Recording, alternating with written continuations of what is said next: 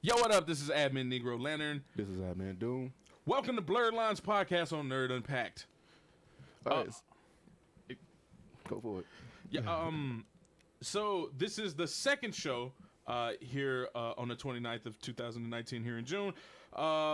Before we get started, I want to warn you that there are some explicit conversations that go on during the stream. So we try to be as PG. accommodating as possible, but this is definitely for a more matured audience because it might just flip out at any time, and we don't want anybody to blame us saying that we didn't give you a warning ahead of time, which obviously we did. But anyway, show your support by subscribing to our YouTube channel and share the stream. Absolutely like the Facebook page, and thanks for rocking out with us. All right, man. So today's podcast is brought to you by my man's. You want to use your real name? Do you want to use your real name? All right, well, go and tell people who you are. I want to take. I want to take your shine. No. I really want to hear where this is going. Let's go. I tried to use you because I tried to figure out your real name. Yeah, all right, yeah. I legit been trying to figure out your first name for like a week. I think I know what it is, but I'm not gonna say it. It's not in the script, y'all. I wasn't falling for it. It's not in the script. Oh, but okay, seriously. So, a lot of people hit me up and basically was like, we spent a lot of last episode talking purely comics. Okay. So I figured this episode we'd spend it on the movie universes, whether it be cinematic, animated, Marvel, DC, Dark Horse, Image, whoever else is out there. Yo. Because Vertigo's no longer on the shelves. Or it's still on the shelves, but it doesn't have anything else coming out. Yeah. They have nothing coming out. IDW, I love you if nobody else loves you. I love you.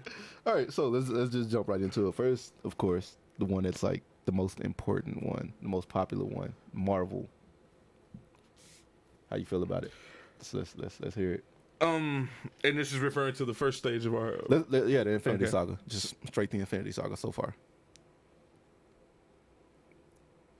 So are we jumping into the first? No. Okay. This So is just off personal script. question, This is off right? script. This is personal question, exactly. And how do I feel about Marvel? How did Infinity you feel Saga? about the Infinity Saga? So I think for a 15-year build-up, right? 15 years, right? For 15, 11. Was it 11? 11. So for a decade, that's the whole point I'm about to make. For a decade of a connected universe for which only a few movies have done successfully, right? You got Harry Potter, you have James Bond. James Bond. Well, with Daniel Craig, you have James Bond, and then you have you also have Star Wars. Lord of the Rings, Lord of the Rings. and Star Wars with a lot of bumps in the road, but nonetheless huge franchise, right? Yeah. I think Marvel easily became the dominant of all of those. All of those. Like no offense to the Tolkien fan base, but no one did it like Marvel, right? And you can easily chop that up to like being in a technologically advanced state in the movie universe, but it makes a difference nonetheless when you're talking about being a consumer, right? And so as somebody who could sit back and watch those, because some things are timeless, right? Like you can go back and watch Terminator 2 and it still looks great to this day, right? Oh, yeah. But these Marvel movies will forever be timeless, each one of them. And you can agree and disagree all you want to all day long, but they're all phenomenal with great stories. Some lacked more than others, right? Like we could say Iron Man 3, The first Thor. Thor after the second and third, right? Like even 1, 2, and 3. 1, 2, and 3. I think 3 was good. It wasn't great as everybody made it seem to be, but I think it was good. No. Oh, I'm tripping. So Thor. Ragnarok was good. Yeah, Ragnarok was the third one. So I take that back. So 1 1 and 2. Yeah. 1 and 2. 1 and 2. Thor definitely, and 2 was good up until they did the Asgardian battle in the city. And after they did the Asgardian battle, then the movie just drops. It's like whatever it was building up to, just it wasn't going anywhere after that. I think 2 just made Asgardians seem weak. With the exception of maybe 5 of them. I mean, we all know that Asgardians are that entire city is not to be messed with. You can pick a random person off the street and they probably could beat some dark elves. But the cinematic universe is just, if you're not in that elite group of Asgardians, you're just gonna die, no matter who you're going against. I absolutely agree. I think the best way to answer that is that the way I look at the Infinity Saga is absolutely successful. Absolutely. Once again, forgive me for misspeaking, because I don't know why I kept thinking Thor had had 3 movies before Ragnarok. I don't know why I kept thinking that, but nonetheless, like, yeah, the first 2 were pretty bad. Iron Man 3 was actually better than 2, but both were lacking. And it's like, once again, they're not horrible. They just weren't as good as what you expected from that universe. But when you go back and look at all of the Captain America movies, phenomenal. All 3 Captain America movies were great. One just, I don't know, I feel like one was forgettable. It set a tone. Have you seen it in a while? If it set a tone, I haven't watched it since. See, so I feel like you gotta just watch recently everything. watched them. You gotta watch everything after Endgame again, and then everything makes a lot more One sense. has so many Easter eggs in just like the beginning 10 minutes. It's crazy. Like, oh my God, one is so good. There's things that was going on in the first Captain America. No way, when you're watching it, you're like, no way that they knew by the time they got to like the last Avengers movie that these things would be there. Like, no way they knew these things would work out. Like, I was watching them last month when I binge watched a bunch of them, and I was like, oh my God, like, how did they pull this off? I think I haven't went back and watched Captain America yet, the first one. I haven't went back and watched the first 2 Thor movies yet, nor have I went back and watched the first Iron Man yet. Everything else I've went back and watched. First Iron Man, I did not like for a long time. I went back and watched it maybe a year ago, and of course recently last month. Yeah. And I really like Iron Man 1 now. I really do. At first I was so against Iron Man 1. I feel like a lot of people are more against Iron Man 3 versus Iron Man 1. And I get it. It was like the first movie that Marvel did that they threw that plot twist in there, because everybody else has been like kind of comic accurate. Whiplash has been accurate. Ironmonger's been accurate. Oh no, but Mandarin. Even as far, I was about to say, even with the Captain America movies, Red Skull was accurate. Then they gave us Mandarin and it dropped the ball. Wasn't the Mandarin that everybody wanted. But I loved it. I liked it. I was like, oh, you can't be mad because the movie was not. The whole movie, you see what Stark can do outside of the suit. Just taking time out, guys, for those of y'all that are already in here, for those of y'all that will be joining us, continue to share the stream. Also, we're going to take time out now to make sure that the stream is shared to the group page, Nerds of Combat on Facebook. We got Ian in here. Oh, what's up, admin Invincible? What's up, yo? He's one of the people that I said I feel like I'm going to step on. Like when I said I will step on some people's toes, like off air, I feel like he's one of the people who's going to. Mainly because of that TMNT thing that I'm about to bring up. I don't want him to do that. I don't. We had a discussion before we went live. I do not want this in my life. No, but all right. So that's how you feel about the MCU so far. Like as far as the Infinity Saga, it's done. I feel like it's. So my question to you: do you think that's the Marvel peak, or do you think there's a level they can go above it? Above it, I absolutely right. Like they've seen like what the first outing can do, right? And it isn't like the rest of Hollywood isn't afraid of like Marvel, not even on a business level, but what it is that moviegoers are looking for when they go to the movies, right? Right. Like the ball is absolutely in Marvel's park, absolutely. It's kind of like when Blade came out, right? Yeah. When Blade came out, like everything was changed by this one movie.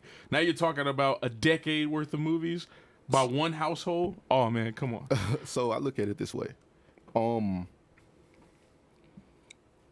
look at it from the standpoint, there's only a few arcs that, comic-wise, are better than the Infinity Wars. And I feel like they just need the rights to certain characters to bring that to fruition. Like, they need Doctor Doom's rights to bring in the Secret Wars or Battle World, in which I feel like they've been throwing, like, little hints at us that they're getting Doom. As far as mainly... Now they bring in sorcerers. I think there's an Easter egg in the Doctor Strange movie where there's a green cloak. There's a guy in a green cloak and he's a sorcerer. Not saying that that's gonna be Doom, but it's like an indication. Or when Doctor Strange did his whole, I looked into 14 billion futures. Like that's a complete rip from something that happened with Doom in the comics.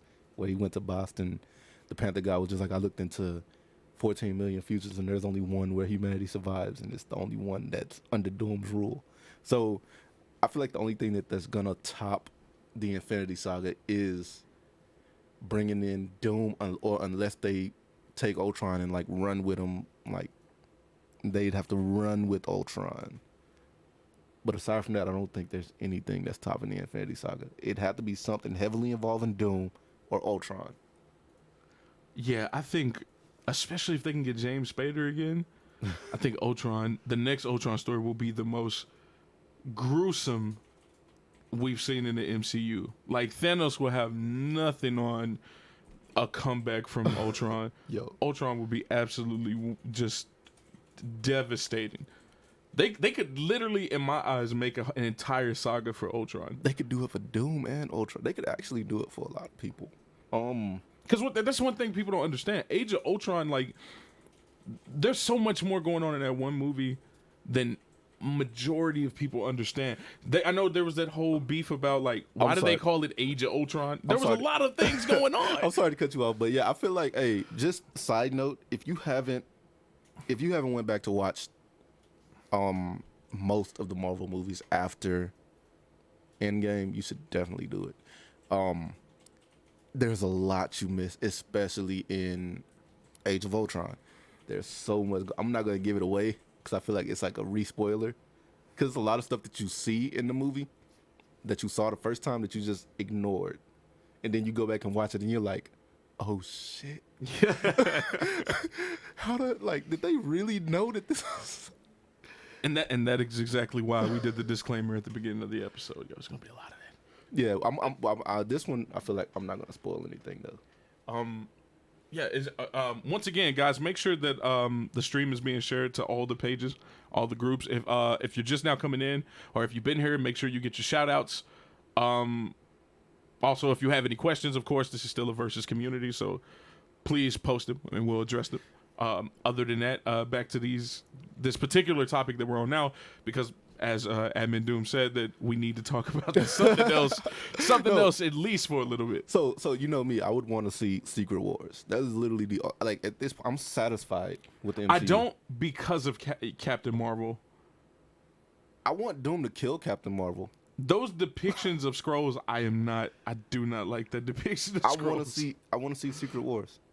I really want, mainly because of Doom. No, I was with you at first, but now I just don't. Okay, either that. And you know what the problem is? You do Secret Wars on the silver screen, you're gonna have so much Deus Ex situations. I still want to see it. I don't care. Right? Like that is, I hate those Skrulls. I hate them. I do. I hate them. Either that, or if they somehow get the X-Men and they can bring in the War of Kings. I'm with that. That would be scrap the Avengers versus X-Men.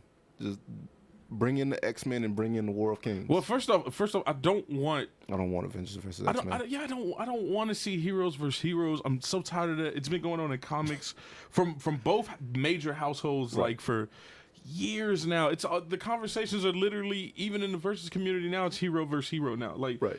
And it's all the time because the feats are being robbed from like villains at this point. So I don't want that. I don't want it in the silver screen. I definitely don't want it in my comics. Like I just don't want that. I now the King storyline though, the War of Kings. Oh my god, Annihilation Wave. I feel like I feel like a lot of people don't know who Annihilus is for Annihilation Wave to do good. I think the MCU could absolutely do Annihilus justice. Actually, it's a lot of the bug in Ant-Man 2. There's a lot of speculation that the bug could evolve into Annihilus. Let that sink in. The bug from the quantum realm that tried to eat Pym when it was a larva. There's a lot of speculation that could evolve into Annihilus. No, even the cinematic universe wouldn't destroy Annihilus like that. No. I feel like that would be. No, I feel like I want you to stop. I want you to stop. Do it. No. Ian said they can't do War of Kings before Annihilation. My God. Again, this is MCU, bro. I feel like they could do it. They shouldn't have done a lot of stuff before Infinity Saga, but they did it. But I feel where he's come from. That's why I mentioned like Annihilation. Yeah. Because I was talking about War of King. Dude, War of King.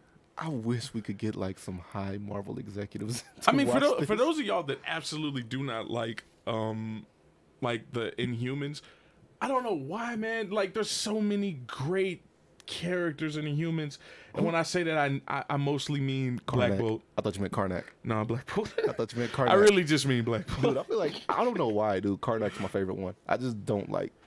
I hate his power set, but Karnak is my favorite.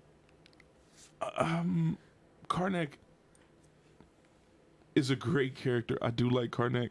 I don't know if I could say favorite, but I do like Karnak. I hate his power.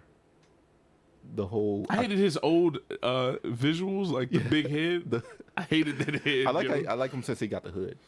The paint under his eye. The war paint. And all that. Yeah, this new Karnak is killing it. I wish they give him back his old suit though. I wish he could get his old suit back, less head. I just hate that goddamn power. Which what?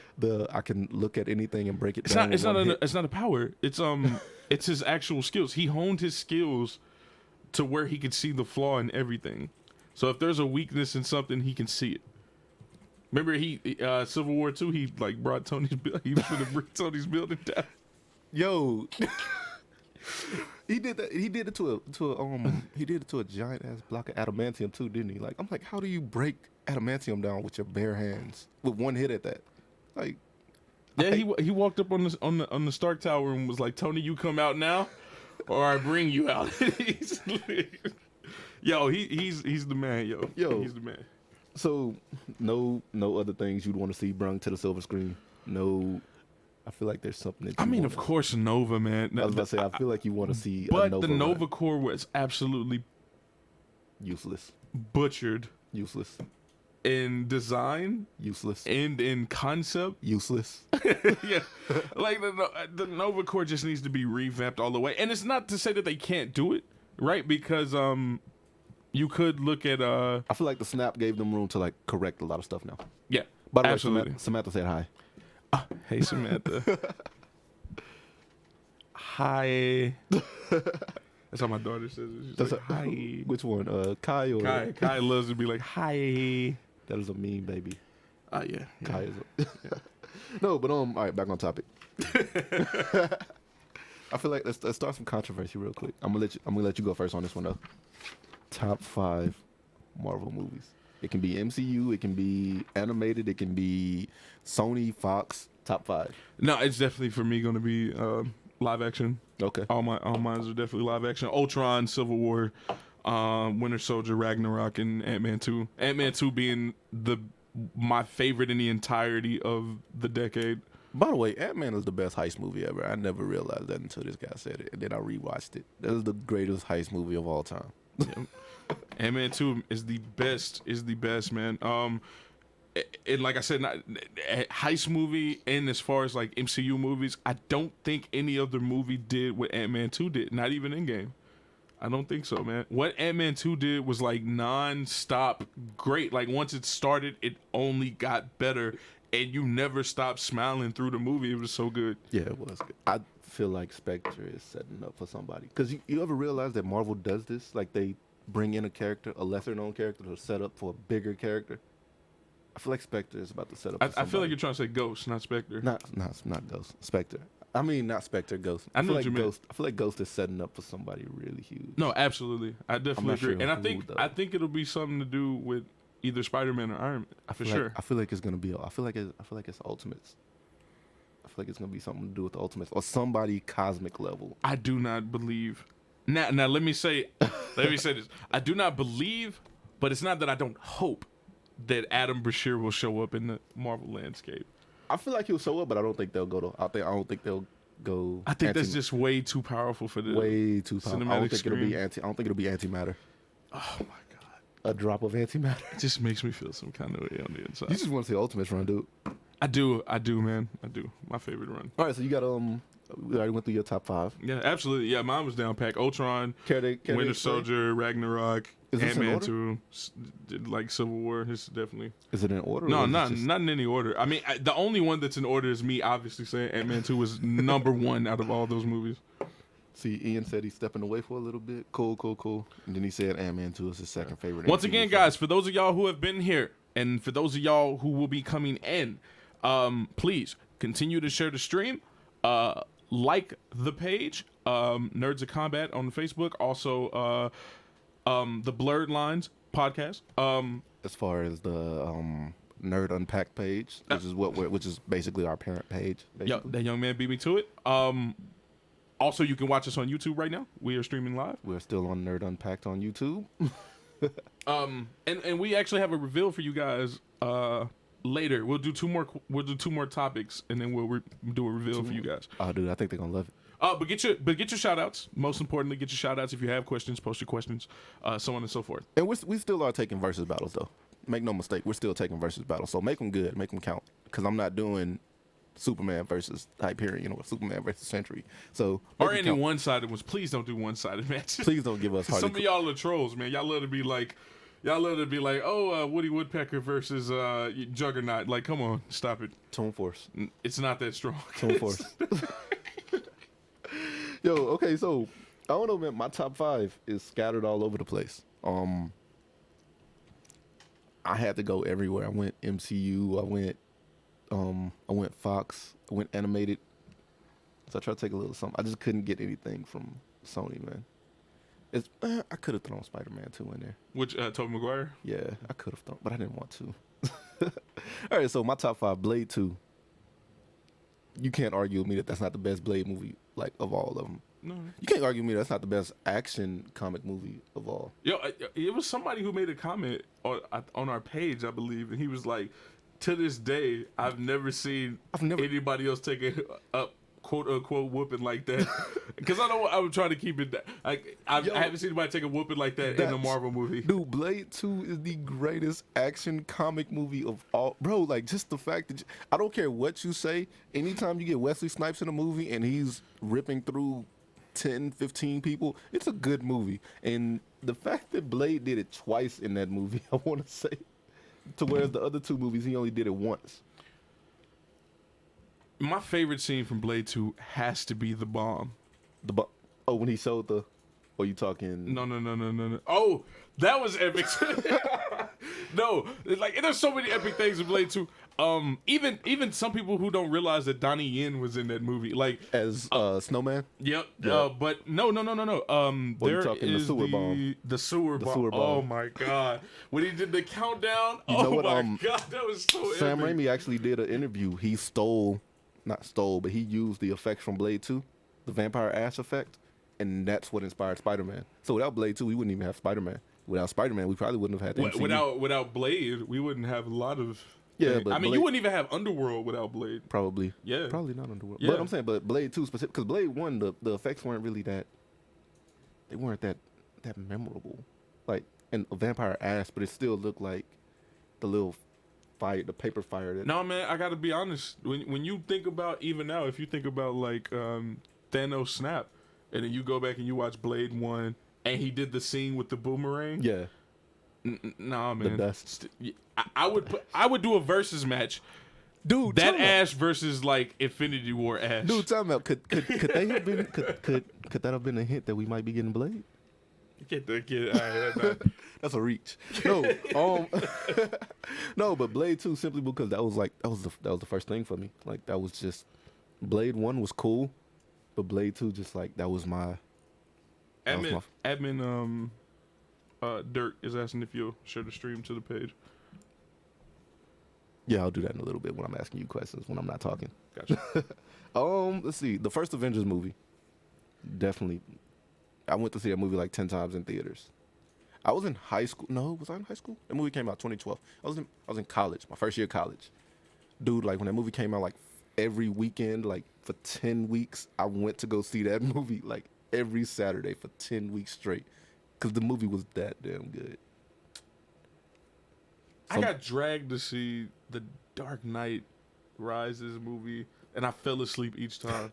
That's a true story. I fell asleep each time. I fell asleep watching... I think I fell asleep on all of the Dark Knight, the trilogy. I never liked the trilogy. Anyways, back to what I was saying. I couldn't fall asleep on Tom Hardy. I got to be real. Let's see. Age of Ultron. Number 3.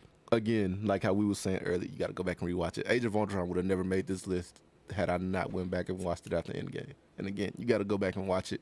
If you don't watch any other Marvel movie after Endgame, Age of Ultron has to be the one because that is the one with the most going on in it. You have to like go and you actually have to sit there and look at it like this was really some foreshadowing shit that was going on. Yeah, man. Hey, James Spader, man. Can we get a shout out for James Spader? Like, can you please let him know I'm his long lost son? I just want him to call me and be like, so I heard. Number 4. A lot of people are gonna disagree with me on this one. Okay. And I don't care. Iron Man's Age of Technovore. The animated Iron Man movie where you actually see him suiting up while SHIELD agents are shooting at him and you see the bullets bouncing off the armor as he's like going through his pool in his iron. Actually one of the first scenes is Stark and Rhodey racing in their armors. That scene alone in a cavern. In a cavern, and Stark just comes out of nowhere underground and grabs Rhodey and like Rodeo swings him behind him and wins the race. Like that scene is just. I feel like a lot of people don't give Marvel animated movies credit. And we'll I actually just went back and watched it. Yeah. I fucking love that movie. That definitely made my top. Endgame, because it was the closure that we needed. Endgame was just, it didn't disappoint. It was actually everything that I thought it was gonna be, and a little bit more. And it was beautiful. It was start to finish. I've seen that movie at least 5 times so far, and I'm going to see the re-release. Yeah, I don't care, dude. I'm going to see the re-release. I have nothing to say. I'm going to see the re-release. I don't care, dude. And I'm buying the box set, the Infinity Saga box set. I'm buying it. I have all the movies already, but I'm buying the box set. I genuinely thought he was gonna be like, I got the money already set aside. I got half of it. I won't be getting takeout food for a while. I have half of it. Dude, I'm literally. You think I'm saving up for this movie? Like I'm legit saving up for this box release. And honorable mention Black Panther because it changed the culture. In what way? For a little bit, I thought, our people would have came together. Negro Leonard stands by what he's about to say. That movie failed the culture worse than Obama did. You know what? I feel like that movie did. I feel like the movie did what it was supposed to do. The people just didn't hold up. See, that's what I'm saying. Like, it's not that Obama failed as a president because he was an amazing man and still is. What failed was the inspiration from him, right? And how it died 2 weeks later. Everybody was doing and then it's just everybody wants to be T'Challa or Killmonger. Like you got to pick a side. Honestly, I felt out of all villains, Killmonger is the one I relate to. I want to say things, but we're trying to keep this. Now, we had a disclaimer at the beginning of the show. I have to say something about what he just said about Killmonger. We had a disclaimer at the beginning of the show. Either you're with it or you're not with it. But I have to say this for those of y'all who also agree with this man. If you relate to Killmonger, it's only because there's a real nigga in you. Right? Because that's what Killmonger was in the movie. He didn't have a point. He was simply the only thing he proved was that no matter where niggas go, they always mess it up. Yo, Killmonger was my guy simply because I agreed with him, dude. Y'all have all this technology. Black folks have been through the worst. And y'all could have stopped a lot of that, and y'all didn't. So that's his argument. Yet Ross was very clear, and he proved it in the movie, that he was trained to topple empires. Yeah. He was a one-man insurgent team. Uh-huh. Okay, then. He toppled Wakanda's empire. There's no two ways about it. Yeah. He did, right? By himself. Now, he had an advantage in that situation, which was the lip thing, but nonetheless, like, he toppled it. You can't argue around it. So you're telling me that he had the skills to topple the most advanced empire on Earth, but he didn't have enough skills to go topple all the small empires. Literally, all the little small empires, make one big small... Because anybody who knows anything about history knows who Nobunaga is, right? This is exactly what Nobunaga did. He toppled all the little ones, created a big one, and then he was like an unstoppable force, and then he unified. Why do that? Why do that when you can get your people to help you? Because you work smarter, not harder. And then it wasn't your people. Literally, in the movie, they established, like, no, Michael B. Jordan, you are a black man. You are not of Africa, nor are you of Wakanda. I'm about to say some stuff that's about to like make a lot of people mad, but I don't like this. Michael B. Jordan was not a good. I don't like Michael B. Jordan as an actor. Okay, so Michael B. Jordan is not a good actor, but as Killmonger, he definitely played that role. I feel like without Ryan Coogler, he can't act. I feel like Ryan Coogler can't shoot a fight scene. I feel like Ryan Coogler can't direct. He just got lucky and got eye candy. I'm not going to say that. Because Creed is the first Creed, obviously, that he directed. Eye candy, and it was running off the Rocky fan base, but still directed well. When you see that scene of like him going down the street with all the people I in feel the like hood, Stallone had way more of an again, built off damn near everything that happened in Creed happened in Rocky. So it was really just Rocky being retold. but directed well. It wasn't original. But it was directed well. There's nothing this man has done that was original. Yeah, look, I'm with you on Fruitvale Station. You don't like that? It was already a topic. He just capitalized on it. But it was directed well. We're talking really about wasn't. Ryan Coogler, Actually, who Fruitvale is Station a director. Fruitvale Station wasn't that good. It just had a really sad ending. I'm gonna say that now. Fruitvale Station was not that great.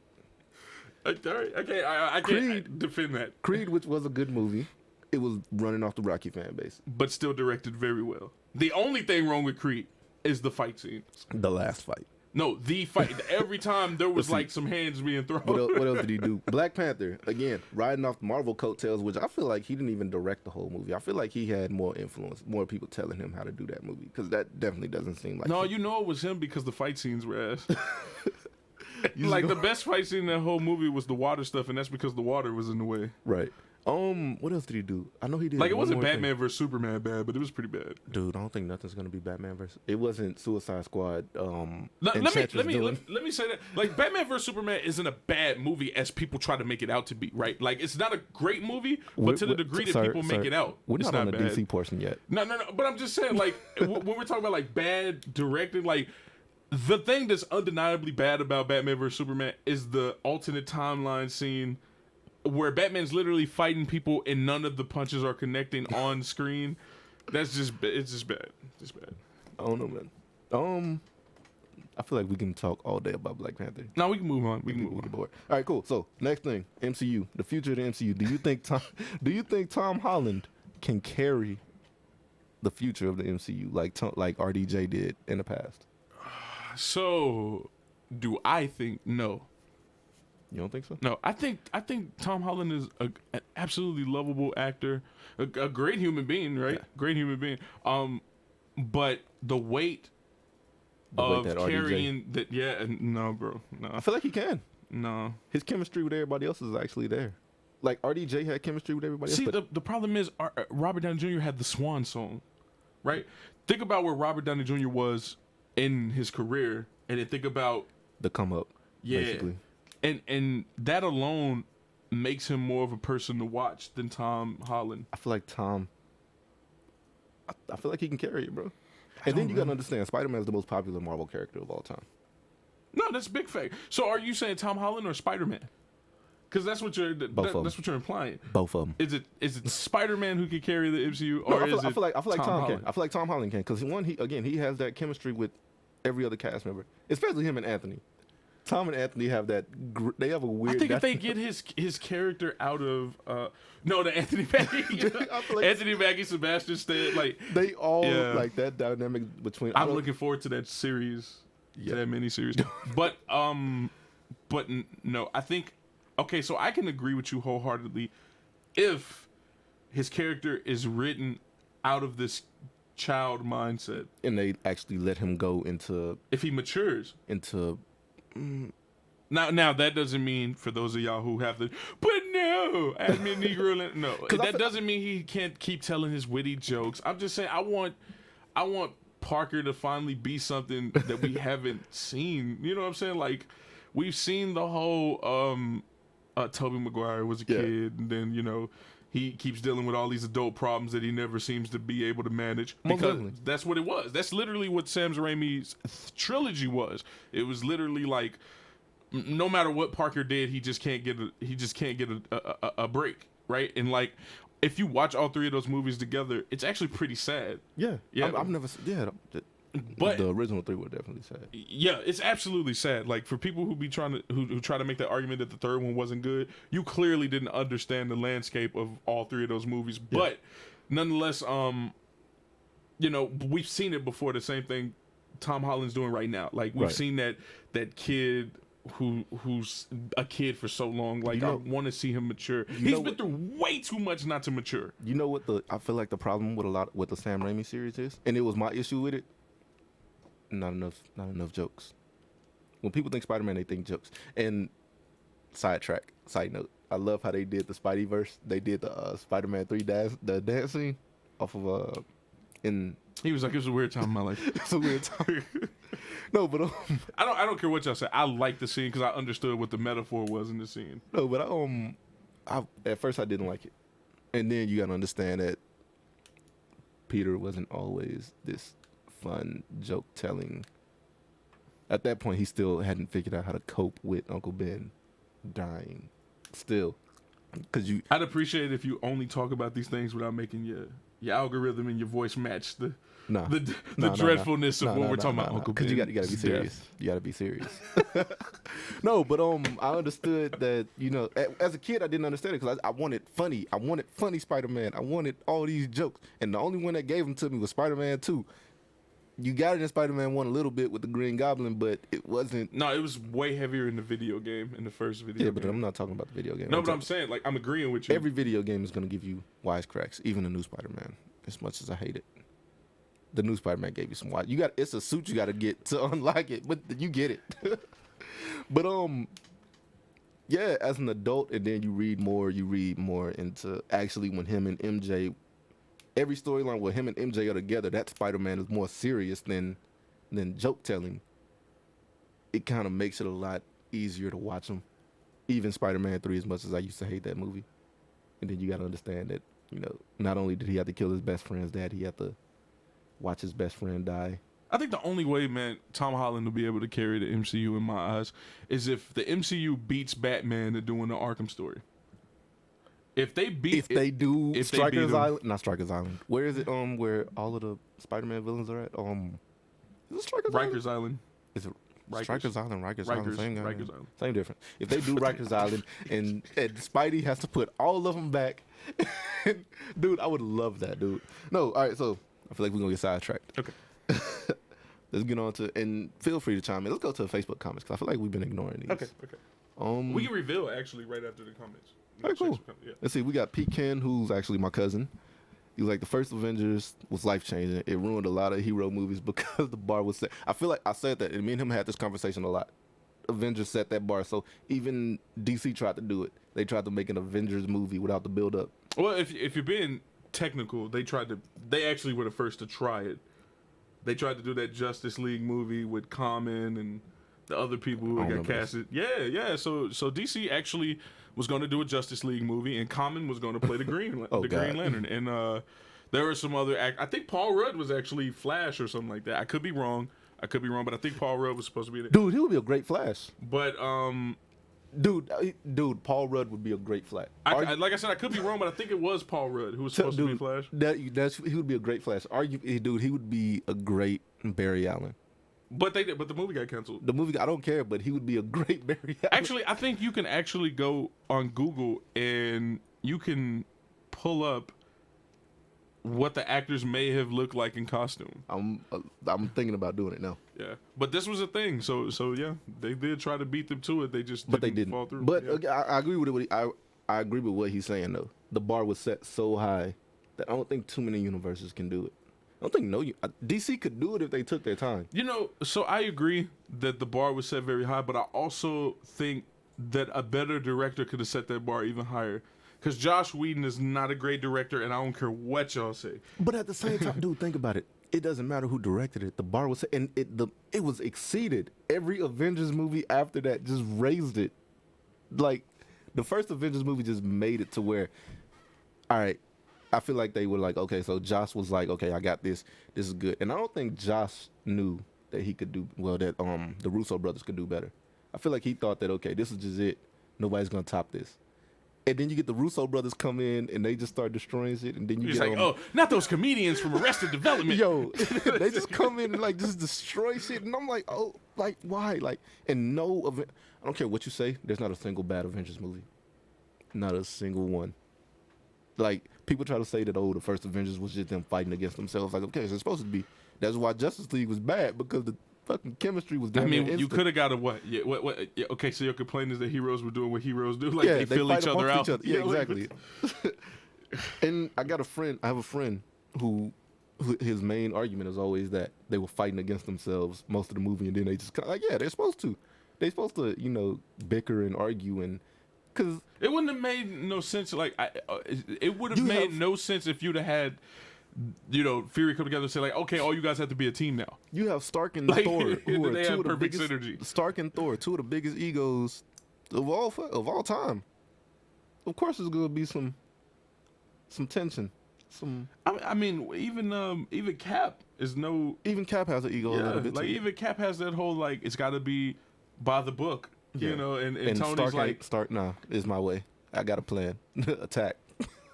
and what's crazy is people don't realize like that's one thing that made Civil War really good is because that script flipped, right? And it was Stark Tony being was by the like, book, yeah, and it's got to Cap be by the going book, off the Cap. record. He's like, oh, I can punch you in your perfect teeth. All right. Let's see. Let's get back into some more comments. Let's catch back up to these. Let's see. We got Keegan Day in here. What's going on, Keegan? Michael Revan said James Spader is a great actor.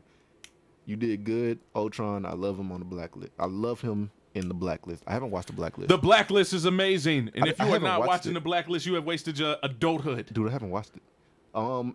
Keegan says Infinity War is better than Endgame. Dude, I don't want to say which one. They complete each other. Based on what facts?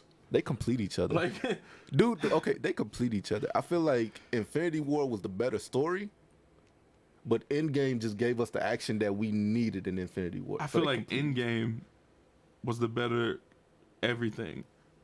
I feel like story-wise, Infinity War was better. How? Because it was just, again, they're two halves of the same whole, first of all. No, big facts. Like you But- need the two. Infinity War is just telling the story, and Endgame just gave us what we wanted, which is all the action that we deserved. You could literally had talked for another 2 hours. As long as when that ship showed up and it did what it did, yo, I was with it, yo. I was just When that ship showed up, I was like, oh, this is some Star Trek. Ah!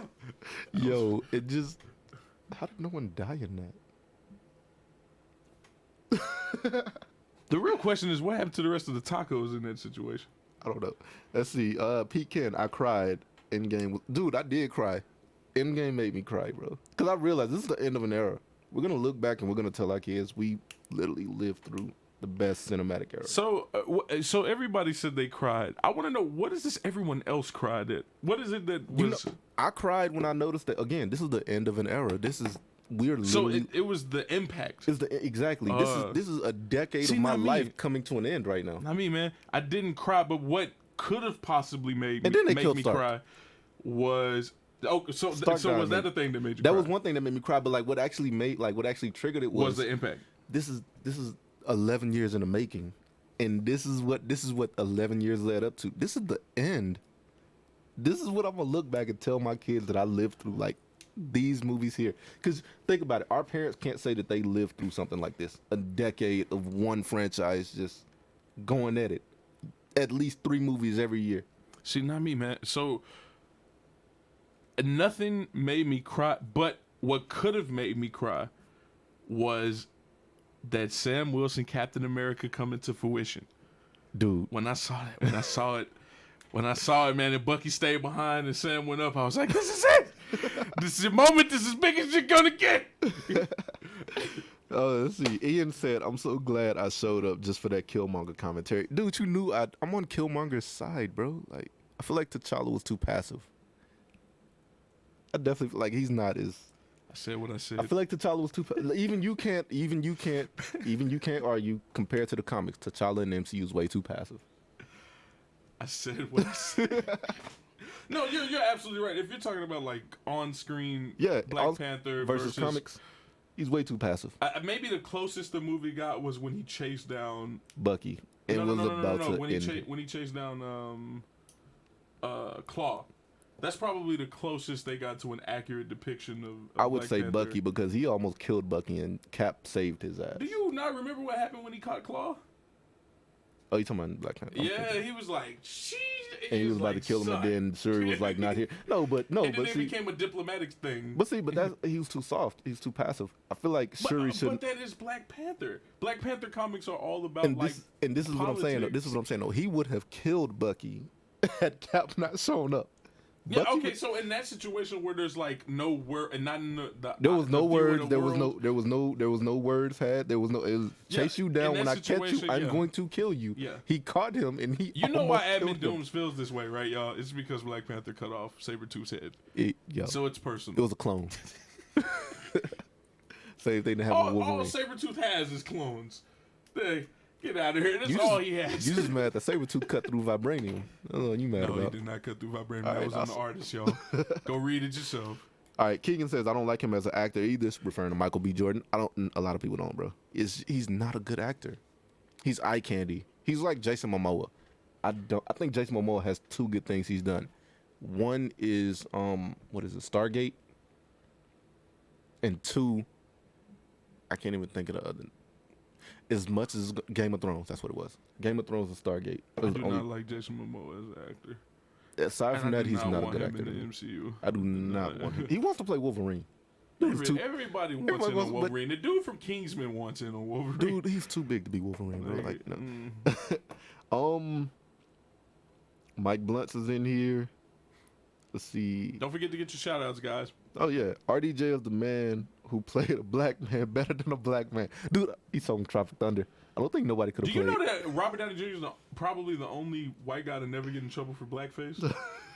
Right? Like, can we go on and let Brad Pitt play in the Bob Marley bio now? We supposed to be a unit. Suck my unit. Yo, but man, let's see. There's a lot of catching up. We're gonna have to skip a lot of this.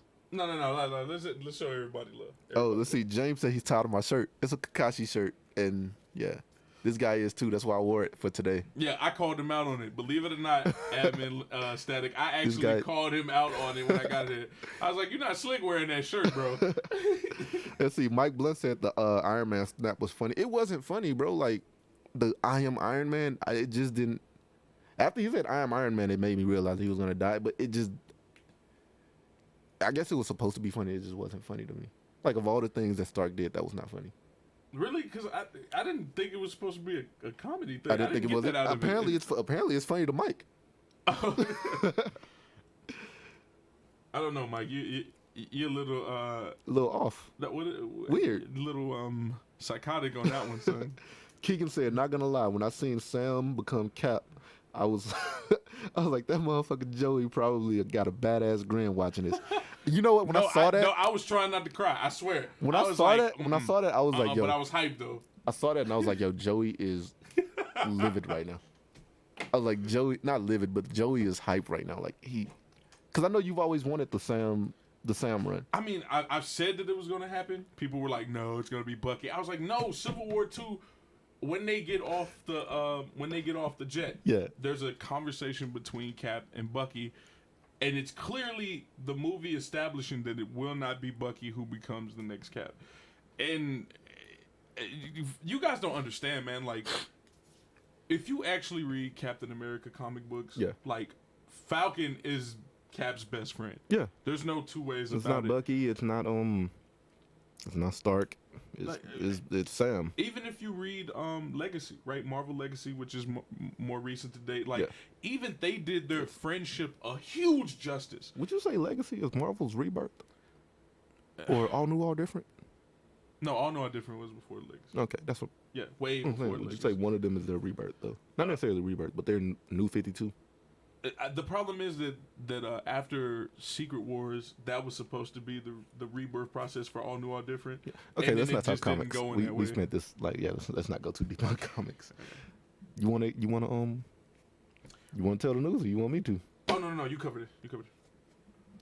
So we finally have a feature now. In case you're wondering what these words are at the bottom of your screen. At the bottom of your screen. You can now call in and have your voice heard. I know someone last week. Now. I want to say it was Keegan. I want to say Keegan and who was it? It was Keegan, and I can't think of his name right now. He'll post something and I'm gonna be like, oh, that's who it was. I'm about to go back and look right now though. Devin. It was Keegan and Devin because you said something to piss Devin off and they wanted phone lines. So at the bottom of your screen. This had to be the Swamp Thing, It might have been. I think it was Swamp Thing and Red Goblin.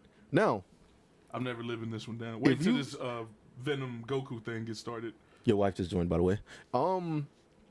If you look at the bottom of your screen and you catch it, you will see a way to reach us, and hey, you can get your voice heard on anything that we've said or might have said in the past. We are not covering Swamp Thing versus Red Goblin today, so do not call asking about that. But this is a great change, guys. A great change of pace is that you guys can finally call in. You know, I know for other admins who we've always done the whole FaceTime thing. Now you guys can actually call in. Video chat where you can only doing where we go live and then we'd have two-way live on. Yeah. So this is something new. So if you want to call, just wait for it to show up on the bottom of your screen. It should pop up. And call and get your voice heard. Yeah, there's a process, guys. If you call in and you can hear us, it may take us a while to get to you, obviously, because it's a call line, but we will get to you. This is only the second episode. Once we perfect the process, it'll be even faster. James Clark said, well, we're not doing comic questions, James, so I'm going to skip your question. But if you have them, right? But if you... we're not talking... If you guys have them, like, of course, put them in the thing, but we actually have a script, right? Like, we actually have we got a script to keep to today. I feel like I want to answer that, though. I really want to answer that question. Because I want to clear the air. Okay. What's the difference between Western and Eastern comics?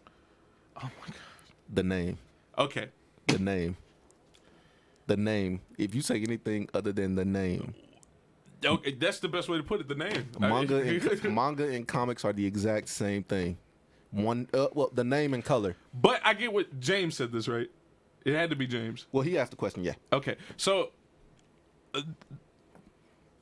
American comics are Western comics versus Eastern comics or Japanese manga. Manga is a translation in Japanese for comic. That's all it is. It's still a comic. The major differences is the approach. So I understand what James is trying to say. It's just what he's saying is wrong, right? Like the thing, and of course this is from the admin chat. That's what this is. So like, you know, we're not getting too deep into this. So yeah, they're both comics guys. Because there might be somebody else, right, that has that same feeling that admin static has. They're both comics guys. Period. No matter how you look at it, they're in the comic genre. They're just approach culturally different. The only difference is the name, and you read one left to right and the other right to left. Did I cover everything? One has color and one doesn't. Did I cover everything? That's it. Like Doom is running the show today, guys. We're not getting too deep into it. All right, let's see. Keegan Michael Day. He used to be Keegan Michael. Keegan Day, do you feel Hulk should get a series or a movie? I feel like Hulk deserves a movie. Yeah, never a series. Right? Never. Because of how cheesy the time was when Lou Ferrigno did Hulk, you can get away with that, right? But there's more advancements now, and you expect more out of the Hulk now. So is it possible to make a Hulk television series? Yeah, duh. But you expect more out of the Hulk now, and that's why you wouldn't want a television series. If you give him a Game of Thrones budget, yeah. But you'd have to get the writers from the blacklist, though. You'd have to get blacklist writers to help you with that. Or actually a budget from Pennywise. For those of y'all that ever watch Pennywise, like, Pennywise was actually pretty good. By the way, I just want to clear the air. 2008 Hulk was great. Ed Norton's Hulk? No, Edward Norton is the GOAT. That was a great... I don't know why people hated it. Like, I really can't... When people say they hated the movie, it's like usually for stupid reasons. The Hulk was built like a linebacker. Like, dude, he was all muscle. That's how I feel about BVS. Like, people always say they hate that movie for stupid reasons, not the legit reasons. Or the Hulk versus Abomination fight was cheesy. I'm like, how? Like, that is literally... No, that fight was crunk. I was like, that was a Hulk way to beat the Abomination. That was a definitely accurate fight in that movie. Very accurate. That's probably the most comic accurate fight we've had. Like, I think next to Blade, but that's probably the most comic as far as MCU goes. That's like the most comic accurate fight. And for those of y'all that want to be technical, the only reason Blade is comic accurate is because the movie actually changed the direction of Blade's character. Hell, before the movie, people couldn't even tell if Blade was white or black. That's a true fact. Same with Nick Fury.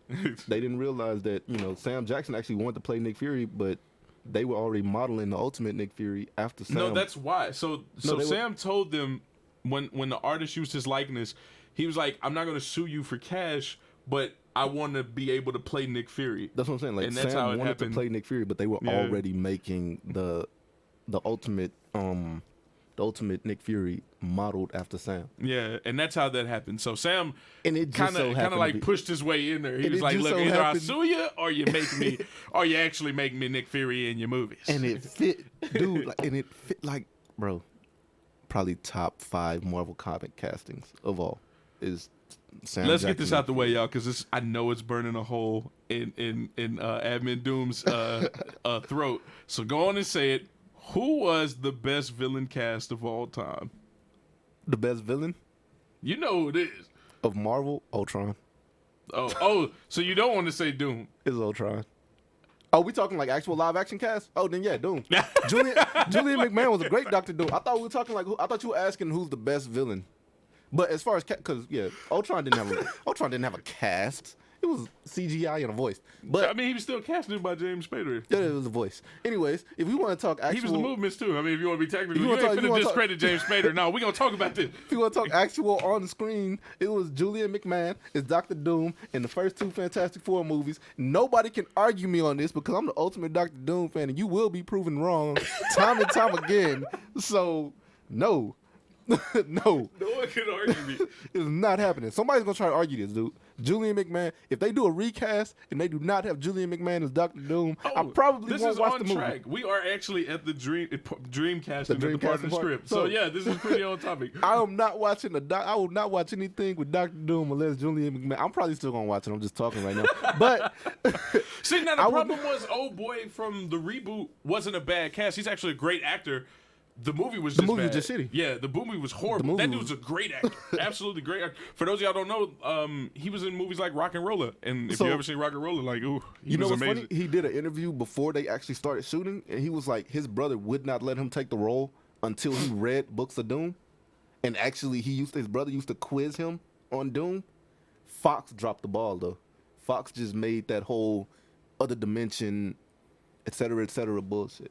So Fox actually made that a horrible movie. Fox made me hate that guy. It's like Fox just kept saying, you know what, Marvel, Fox made me hate that guy. we're Like, gonna keep the like- rights. it's like Joffrey from Game of Thrones. He's actually a decent actor. They just made me hate him. They just made me hate the actor, like, because of that. Like, you could have turned that role down. I cannot get with Game of Thrones. Every time y'all bring it up, I'm like, I can't. I tried. Last Kingdom is the win Let's for see. me. Pete Ken said best villain Killmonger. No, we asking who's the best casting. So if you're saying Killmonger, you Yeah. Oh no, best villain definitely goes to Ghost. Hella.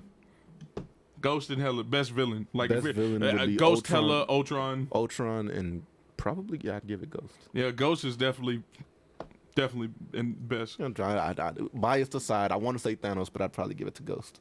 No, Josh Brolin would come in there too. No, but like as far as like I want to be biased and say Thanos is number 1, but I'm not gonna say it. But you would have good reason to.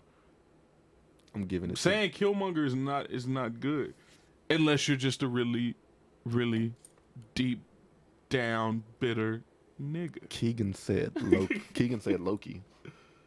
I feel like Tom as Loki was a great cast. I don't see Loki as a villain. Let me be I don't see very Dr. clear Doom about as a this. villain, but Like, hey, here we go.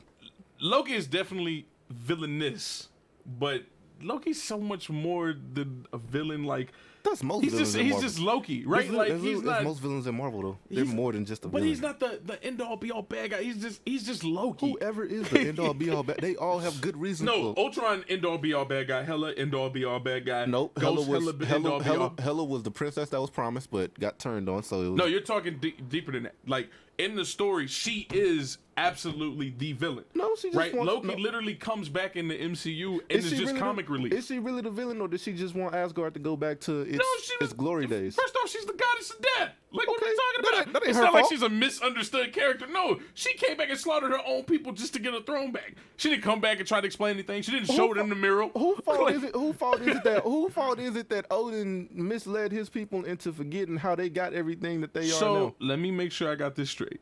She had it in her to reveal the mural in the movie continuity, right? Revealed the mural. So the executioner dude understood. He was like, "Oh, okay, right." She even had access and understanding of the temple. I mean, of the castle more than anybody else, right? Yeah. Okay, so or more than most would I think assume. I think she was more mad that no one knew who she was. That Odin just made her an afterthought in Asgard, and I think that's what set her off. She slaughtered unnecessarily. She was trying to tell them before she started killing, like, "Hey, I'm Hela. I'm the goddess of death. I'm Odin's firstborn," and nobody was trying to hear it. You do know what she said, right? Odin stopped our conquest of. Yeah, whatever. Okay, all right, yeah. Like, maybe I went too far, guys. Maybe I should have just brought that up. I don't know, bro. I still think Tom Hiddleston was a great depiction of Loki. No, he is. He's great. He's just Loki, though. It's like RDJ. Like, he is that character. Well, he's not that character. He went away from it. But when he first started playing Loki, he was that character. Tom Hiddleston was Loki. Oh yeah, he wanted to play Thor. For those of y'all that don't know that, Tom Hiddleston wanted to be Thor. Just not. No, yeah, I don't think that would have. Like yeah. no, that wouldn't have worked. All right, let's see. So, any dream? And what? Oh yeah. So for Moon Knight, we're on a segment now, guys, in the script where we're talking about who would be the dream cast, right? Like, who would we cast in a role that's like perfect for that role, right? Like, right. I dream of having Eric Winter or Max Therot to play Moon Knight. And Eric Winter, if you've ever heard of the TV show The Rookie, he's the sergeant who's kind of hard on the Asian chick. He's real hard on her, right? And Max Therot, he's been in TV I think for a long time, but anyway, if you watch SEAL Team, he's the perfect pick for Bravo Team. That's who Max Therot is. He's the young guy that's the perfect pick for Bravo Team. He ends up getting injured and has to come back to the team later on. Those two guys would be the perfect Moon Knight, especially the dude from The Rookie, Eric Winter. I'm sticking with Julian McMahon for Dr. Doom. Is it a dream cast if we already had him as that character? The studio just messed it up? I don't think it would matter. I mean, if that's the perfect person for the role. It's definitely the perfect person for Dr. Doom. Anson Mount, like I would definitely like him back as Black Bolt. I would definitely like him to come back as Black Bolt in the cinematic universe. Even you couldn't see anyone else playing Iron Man aside from RDJ. You really couldn't see anyone else playing Captain America outside of Chris Evans. Like, those are. Yeah, I'm so glad Jim from The Office did not play Captain America. Like, Mr. Fantastic, I can see, but Captain America. Like, you don't want to see. Well, as much as a lot of people don't want to agree with it, Andrew Garfield was a great Spider-Man. He was a horrible Peter Parker. But from a Spider-Man aspect, dude, like, all the jokes, he was a great Spider-Man. The suit was horrible. The suit was horrible. I hated the suit. It made his voice sound all muffled and everything. It's just, the suit was horrible. But as far as Spider-Man goes, he was a great Spider. Like, he did so much with his webs that you didn't see Toby do. Like, as far as, web ball. I'm talking to the action figures from here on out. Andrew was a great. Yeah. I tell people this all the time. Andrew was a great Spider-Man. Toby was a great Peter. Tom is just a You're great killing boat. me, Smalls. Tom is just a great boat. Dude, I'm sorry, man. No, Spider-Man. Andrew Garfield is Garbino. We'll be on that. Oh that. no, that casting for Electro with Jamie Foxx. That is literally a foresight in the Spawn. I said it. And Static. Speak of the devil, guess who just posted? Static. Jamie Foxx's Electro is literally like a foreshadowing of what will happen with Spawn.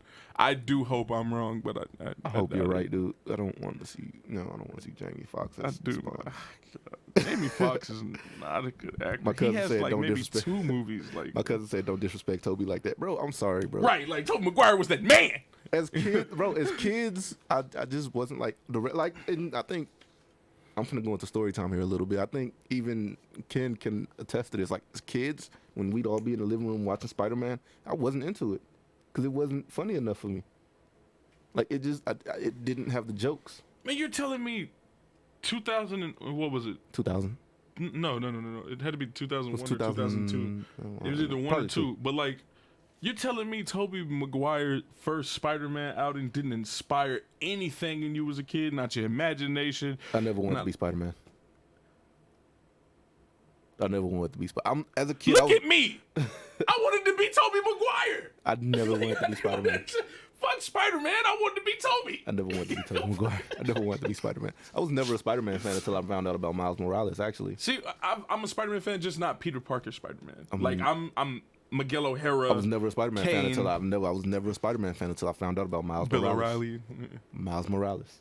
It was the reason why I became a Spider-Man fan. Believe it or not, I do not like Miles Morales, but I did buy his first issue hip hop cover. Dude, him as Spider-Man was so fucking great because he could do a lot more shit than Peter. Like, he has that Venom shock shit. Or he has his spider sense is so much better than Peter's. Like, he's just a better Spider-Man. He's just untrained as hell. You know what's crazy? Everybody has like these advantages on Parker, but Parker has that experience. That experience just beats everything else. Parker's just the guy that pulls through because he has that sense of self-awareness that the other guys just don't have. Keegan said, I like Jamie Foxx and Django. Any nigga could have played Django. Like, let's be real. Any nigga could have played Django. Can you imagine Michael Jai White as Django? Absolutely. Or you could? I don't think I could. He's Black Dynamite. How could you not picture him as the Django? Like, I said the Django. Like, how could you not picture him as Django? Like, it's a nigga role. All you gotta do is be a nigga. I'm sorry, bro. I can't see Michael Jai White as Django. But you can see him as Black Dynamite. What he's built for Black Dynamite. He's not built for Django. Like, what I tell you about interrupting my kung fu? And you tell him you can't see that dude on the nag? Alright. Who else you got? Who else you got on this casting? I don't know, bro. As far as everybody's talking about who should play Wolverine, I'm still trying to figure out who I want to play Wolverine. Easy. Off the top of my head right now. Easy. It should absolutely be East Scott. What is his name? Scott Eastwood. Scott Eastwood. I'm saying it backwards. my choice actually got taken away from me. You gonna hate me? Tom Hardy. No, Tom Hardy would have been good. Tom Hardy was my choice. I'm not against that. Tom Hardy was my choice. Yeah, I mean he's short enough too. And then we got him as For those of you that don't know, Wolverine is only like 5'3", 5'4". No, I think he's even shorter, like 4'9". He's not 6'2". Yeah, he's not tall at all. Not 6'2". No. But yeah, and he's heavy. Like, a lot of people don't know that Wolverine's like pretty heavy. It's because of the adamantium. Yeah, the adamantium makes him pretty heavy. But yeah, that's an agile man. That's a very agile dude. You know how you could beat Wolverine? Just throw. Well, I'm pretty sure didn't Magneto do it? Throw his ass in the middle of the ocean, and he still swam back. Now you can't do none of that. I mean, well, you can Magneto him, sure, but Wolverine's pretty beefy right now in comics. We have DC up next in the script. But let's take a break and go back to the comments real quick. All right, let's see. We got Pete Kent said it was funny because it wasn't funny because people were dying around him. Again, it just wasn't. That's Pete. That's as a kid, I knew that Spider-Man told jokes as a coping mechanism. As an adult, I realized that Spider-Man hadn't learned to cope with all the deaths yet. So it's a double-edged sword in my book for that one. But whatever, man. I just didn't like it. I feel like my hatred for it as a kid won't let me like it as an adult as much as I want to like it. If that makes sense. That makes sense. Like, I've hated it for so long that this little amount of time that I want to like it isn't overpowering the amount of time that I hated it. You know, I think that's probably going to be me with Aquaman. Probably. Aquaman is visually nice, but it's just something about the movie that just lacks in the script, and it just hurts the whole movie for me. Which movie Venom was better? Tom Hardy's. I don't care what you say. Tom Hardy is one of my favorite actors of all time, but that wasn't a Venom movie. That was a Prototype movie. That's what it was. Anybody who actually ever played Prototype, tell me in the comments I'm wrong. Somebody's gonna tell you, but I feel like I like tell me on a serious tip that wasn't Prototype. That wasn't Venom. I like Tom Hardy's more because, well, again, it was a whole movie to him. As far as Spider-Man 3 goes, it wasn't a whole movie to Venom, so I guess we didn't get to see the interaction between Brock and the suit. In the wind. Yo, like the interaction between Tom Hardy and the symbiote was just great to me. But it was so limited in the movie. It was cheesy, but it was great. It was not a major part in the movie, so it didn't make up for all the rest of the horrible part of the movie. Sony. No, you know what that was? You know what Venom is? Venom is what Shaft was when Samuel Jackson picked up the role. You got a great actor in a bad movie. Basically, but I like that Venom though. Like, I like that Venom a lot more than I like Spider-Man 3 Venom. Spider-Man 3 Venom was just... I felt... You know Spider-Man where my 3 problem Venom is? should've I been fail to see the Carnage. differences. Spider-Man 3 Venom should have just been Carnage. I guess that's what I'm getting at.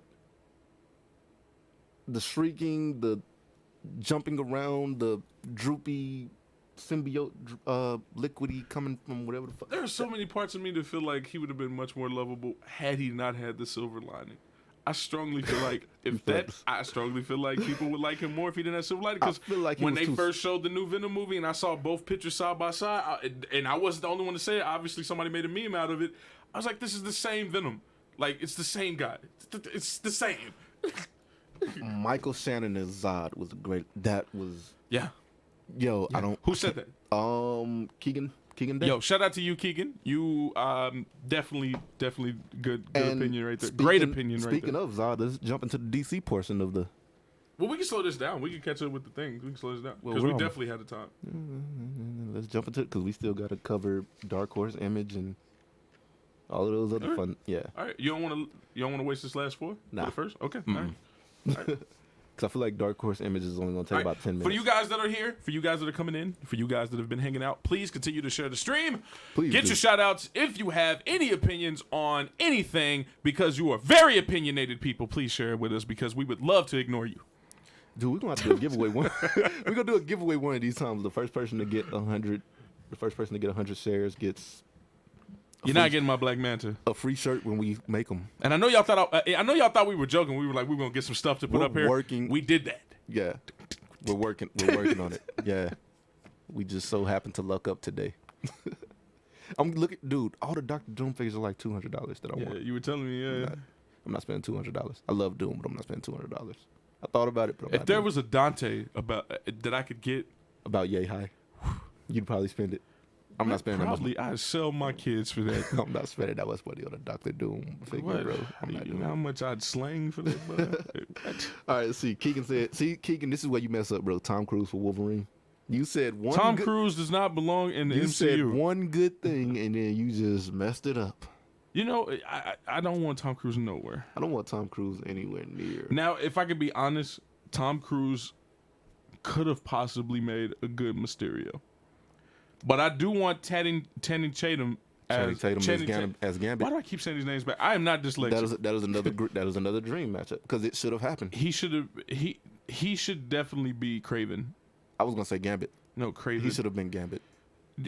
That Jason- man is a phenomenal actor. Jason if you give him a villain role, he will do You're so gonna hate good this. with it. Jason Momoa could have been Craven. Jason Momoa does not belong in the MCU. What? My Craven is a hunter, so his eyes point this way. I know I'm not the only one that notices that about Jason Momoa. Dude, Like, Jason could definitely do Craven. Dude. He could definitely do Craven. Or Scott Adkins. You gotta use a magnet for his face. I feel like Scott Adkins could probably play Craven.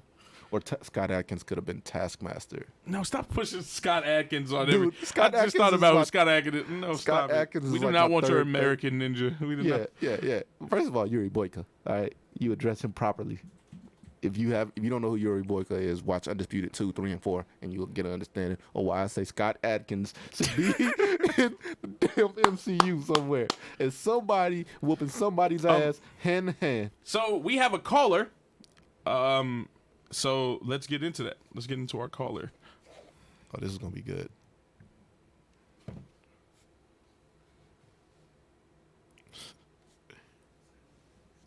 So like I said the first time, guys, we're still figuring it out, but we know we got a caller. So it may take some time, but Yeah, this is just the We know you're pilot to there. the calls. we know you're there. So we'll continue on until we get the green light from our producer, and then we will address the caller. All right, so you want to jump to the DC until caller gets on? Did you not have any more Dreamcast? No more? So we going straight into the DC stuff? Yep, straight into DC. Okay. You're not gonna waste these last few minutes because I know what you're trying to do. I mean, you already did it. I did Whatever. it. I succeeded.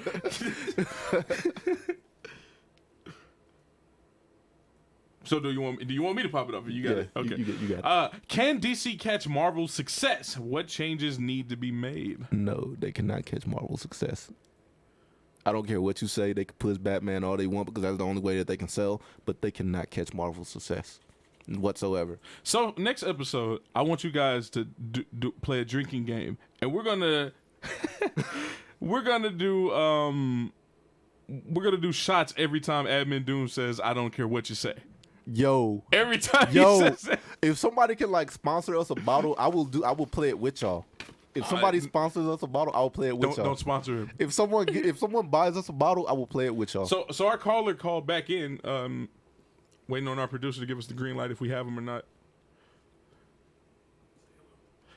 Hello, caller. You're on the air. Hello? Hey, how's it going? No, really. Is that admin static? Is admin static? Let me turn them on. I just want to go ahead. I did not like that comment you said about the great Tom Cruise. I need you to take that back and put him inside the Marvel universe. Yo, time out. Yo, Uncle Ruckus, I'm sorry to say this, bro, but yo, Tom Cruise does not belong anywhere near a comic book movie. Tom Cruise is one of the greatest actors of all time. You need to go ahead and put him as what's the guy's name? What's his name? The one above all? The one above all. Yes, the one above all. No. That's who Tom Cruise needs to be. No, we have Dante. Dante's above above the one above all. We don't need Tom Cruise. You know what he's gonna say? He's gonna say Tom Cruise could play Dante. What the hell is a Dante? He's an original character. Anyway. Oh man. We talking about God here. Tom Cruise is one of those guys. We are not. Listen here, irate sir. We are not indulging in your coonery. Not today, at least. we got a script today, and we gotta stick to it. We will not be trolled by you, sir. Excuse me. I have Reva Alago, in case you don't know. So I will not be appreciated being called a coon. I don't know what that is. Can you explain to the people what that is? Reva Alago is the opposite of Bill Lago. It's the opposite of what Michael Jackson died. All right, well, thank you, caller, for calling in. we will definitely get with you on another day about this. We have a script to stick to, sir. And you were not in the plan. And you were definitely not in the plan. Or God's plan. You were just not in a plan. You definitely weren't in Dante's plan. Y'all just make sure to fix that comment about Tom Cruise. Producer, please hang up on this young man. Please. That would have went on all day. I can't believe that just happened. Yo, he's so ignorant. Yo, shout out to Evan Stanley. Yo, if anybody else wants to call in, man, please do. Yo. We welcome all impersonations. All right, man. That was. And we just ask that you don't be a nigga when you call. Please. Please don't do that again, bro. This is Blerd Lines, all right? Not blurry lines. All right, man. Back to the topic, man. I lost a whole train of thought. Can DC catch Marvel's success? What changes need to be made? You said no initially. No, I don't think they can. For the same reason I stated earlier, they're trying to do Marvel numbers without doing Marvel planning. See what I'm saying? They jumped into Justice League without building up to a Justice League movie. They just said, "Oh, here's Batman, here's Superman, here's Batman versus Superman. Now here's the Justice League." Like, no, Marvel built up to Thanos for 11 years. And did not disappoint. DC built up to Darkseid for... They didn't build up for Darkseid in Man of Steel. They built up for Darkseid since Batman vs. Superman for like 2 years and failed miserably. So, no, they can't catch Marvel's success. I don't think they'll catch Star Wars success. If you want to be... Yo, why is the thought of that funny? Like, why is the thought of somebody even coming close to, like, Star Wars, like, comical in itself? I don't know why, dude. I don't think they'll catch the James Bond universe, honestly. Like, it's just, if they do, they'll ride Batman's cowl all the way to the box office. If they do, they're gonna have to push a lot of more Batman out though. First of all, they're gonna have to find a solid Batman. You know, and that's crazy because I feel like what you're about to say, like, Batman is so strong in theme alone. Even if you cast somebody like the guy from Twilight, like, look, I don't know his name. That's not the only movie I've seen him in because I know somebody's gonna make that argument. But if you cast that guy like He's not a great actor. He's just not. He's just not a great actor. Did the internet bully him out of that role? Nah. Okay, no. he's still going through with it? You know, you must don't know Warner Brothers well enough to know that they're super stubborn. They want you to be disappointed because they know you'll still pay to see the disappointment. And a lot of people blame DC's downfall on Zack Snyder. It's not Zack Snyder's fault. It's Warner Brothers' fault. See, and I know people will be like, oh, well, they said that about such and such when he got casted. First off, Heath Ledger was not a great Joker. He was a good Joker for what he was, but he actually wasn't the first pick for that role, and that script was really good for Joker. This is what people always overlook. Like, Heath Ledger definitely wasn't their first choice, and I think they even rejected him. You can go look into this. When it first came out, like, there was a story about how, like, at first they didn't even choose him, but he kept going. He was persistent, and, like, when you watch his actual last movie, you see him bleed both those character roles into the movie that he actually last did, and it's just not good. Like, Heath Ledger's just he's not a horrible actor. He's just not a good Joker. He's just not a good Joker. Anybody who had any acting chops could have played that script because that script was so well. Now, I have a theory about why people like that Joker. Because he died. If it Tupac effect? No. They liked him before he died. After his death was definitely Tupac effect. But it was the anarchist in him. He was an anarchist. He wasn't a psychopath. He wasn't. Yeah, but trying to say that Heath Ledger was better than Jack Nicholson. He was definitely not better than Jack. Let's just point that out. And you're talking about a movie which people never admit. They never admit that the 1989 Batman Joker. We talking Party Heath Man? Ledger Party took Man? scenes from that. Party Man Joker? Well, not Heath Ledger, but Christopher Nolan took from the 1989 Batman. You can literally see carbon copied scenes from that movie. We talking about the Joker that had his own theme song? That Joker? Party Man? No, you got Prince at your back, son.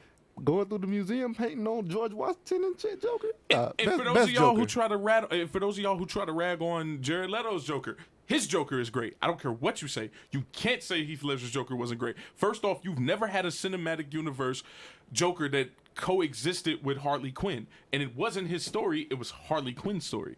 So you're talking about a Joker from a universe that tried to base him off of a Joker that existed already who was a gangster, and then you're talking about a Joker who literally is in a universe where Harley Quinn exists. Like, no, I'm sorry. Heath Ledger brought his stuff. Like, yeah, we should have had more of him, but nonetheless, what we got of him. Jared Leto? Did I say? You said Heath Ledger. My bad. I feel like Jared Leto. Like, Jared Leto was great, man. Like, y'all know what I'm saying. Jared Leto was great, man. Just great. He brought it. Jared Leto was definitely a good Joker. Like, I'm sorry. And I like the visuals of that Joker. I love those visuals. He wasn't Jack Nicholson, but he was a good Joker. No, he definitely wasn't Jack Nicholson, Dude, right? Jack was... All Jack had to do was play himself. Basically, bro. Like, RDJ effect. We're going to start calling it Jack Nicholson effect. Well, you know, Robert Downey Jr. said, like, once he got the role for Iron Man, he embodied Iron Man. He was like, Iron Man saved his life. Yeah. Yeah, so, yeah. I'm with you. Jack Nicholson, I dare someone to try to argue that, though. When you got your own damn theme song, I still play Party Man to this day. What? I just watched the Bat Dance the other day. Did you know that? Yeah. There was a Bat Dance to the 1989 movie. I just watched it the other day. Dude, I'm so sad they didn't let Prince play the Joker at least once. I don't care if it would have been bad. He did in Bat Dance. Like, he did. I mean, like, on fucking film, dude. Like, in a movie. Like, it could have been a bad movie. I still would have watched it. Because it's Prince. And I took off work when Prince died. Like, I legit took off work that day. I'm a Prince fan. God damn, I'm about to cry. Okay. All right. So, next topic is top DC films. Top 5 DC films, guys. Only one of my top 5 is DCEU. I hate that universe so much. The DC extended universe, like, they should just scrap it. I feel like we could wipe it from existence and nothing would change. Is it not in the reboot stages? Isn't it? Isn't it now rebooted? I have no idea. If they pull a new 52 this early in the damn, I don't know, man. You know what? Let's check the YouTube chat. Let's see. We got Justin Bennett. What's going on, Justin? How you doing, Justin? Why are they using Robert Pattinson, which is the guy from Twilight, which we didn't know his name until just now? Why are they using him for Batman? I don't know why they're using him for Batman. To spite fans? Probably to spite fans. Ben Affleck wanted out, and who knows? It's to spite fans. I mean, don't even think about. You know what? Let's go about this a different way. Don't think about it as in the actor they're using for Batman. Let's think about this as the Batman. Like the particular story they're trying to do for Batman is not good. What's the story they're trying to do? They're trying to go backwards. Oh, they're actually gonna go back and give him another origin. Like they're trying to go backwards with this character, a Batman who's like. If he don't pee on himself, I don't care. Batman explains this in like one of his origin stories that when he first started out, he peed on himself when he set an explosive. Yo, that is like the most badass DC character peed on himself. Why do you be knowing stuff like that? This is the same guy that told me that Kingpin got raped. Like, how do you know these particular I've read things? so much stuff going on, dude. And it's like the gruesome stuff that sticks in my mind. It's like the embarrassing stuff. That man peeing on himself was gruesome. It's embarrassing. It's embarrassing. It's definitely embarrassing. It's because it's Batman. It's like you don't forget when Batman peed on himself. My hate for Batman will not allow me to erase that from my memory. Mark Hamill will always be the greatest Joker. No, believe it or not, just today before doing the show, I actually watched the behind the scenes of the Arkham games where Mark Hamill and what's his name, Conway? Yeah. And, like, I watched where they both did the voice acting for the characters. Yeah. Mark Hamill is super energetic as a voice actor, man. He's definitely going to be one of the most. I feel like he's missed people in this community. I feel like top 3. He's top 3 voice actors of all time. Well, who would be the other one? Conway. Conway would still be in the conversation. Yeah, Conway would be in there, and as much as I'm probably gonna get a lot of disagreements in this one, Cree Summers. I don't even know what it is. She has the same voice, but she plays so many people, and it's like it's not the chick from Clifford, is it? She played the poodle in Clifford. Yeah. Oh yeah. She played. She plays so many people. Yeah, she's definitely. I think she's even doing a voice acting right now in the Marvel Risings storyline. I think she's doing who is she doing? God damn it, not Riri, but I'm gonna go back and reread. I'm gonna go back and look at the damn cast list again. I know who she's doing. It's just on the tip of my tongue and I can't think. But it's somebody of color, because that's pretty much 99.9% of her voice acting is people of color, which is why I think she's in my top. No, you know who one of the top voice actors are, since we're talking about this? The guy who plays Archer. God damn it, that voice. Mr. Bob's Burgers himself. Like, that guy is amazing. That voice. I will watch anything with him. There's an Arby's commercial, I think, with his voice. And it's like, I don't like Arby's, but when I hear his voice, I'm like, yo, I can get with that. It wouldn't surprise me.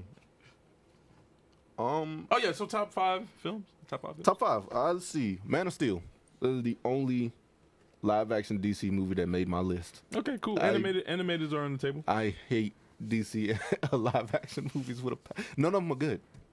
You can't convince me that any DC. None of the Dark Knight trilogy was horrible. It was a horrible Batman trilogy. I don't care what it should have just stayed a Bruce Wayne trilogy. They shouldn't have brought Batman into it. I mean, nonetheless, like DC films as a whole are just trash. Yeah. I didn't say that. I said it, and you can't argue with me either, because you can't give me a DC movie that's better than Man of Steel, and Man of Steel came out in 1989 Batman. I'm talking about DCEU. Yeah, nice cleanup. I'm talking about DCEU. Yeah. You can't give me a DCEU film that's better than Man of Steel. And Man of Steel came out in 2008, by the way. That's like me saying you can't give me a Marvel movie that's better than the first Iron Man. And we're over a decade into this shit. And you can't give me a movie that's better than the first one? As much as people want to admit it, Wonder Woman is not better than Man of Steel. I mean, as much as people don't want to admit it, Wonder Woman is not better than Man of Steel. Yeah, Wonder Woman was not a good movie altogether.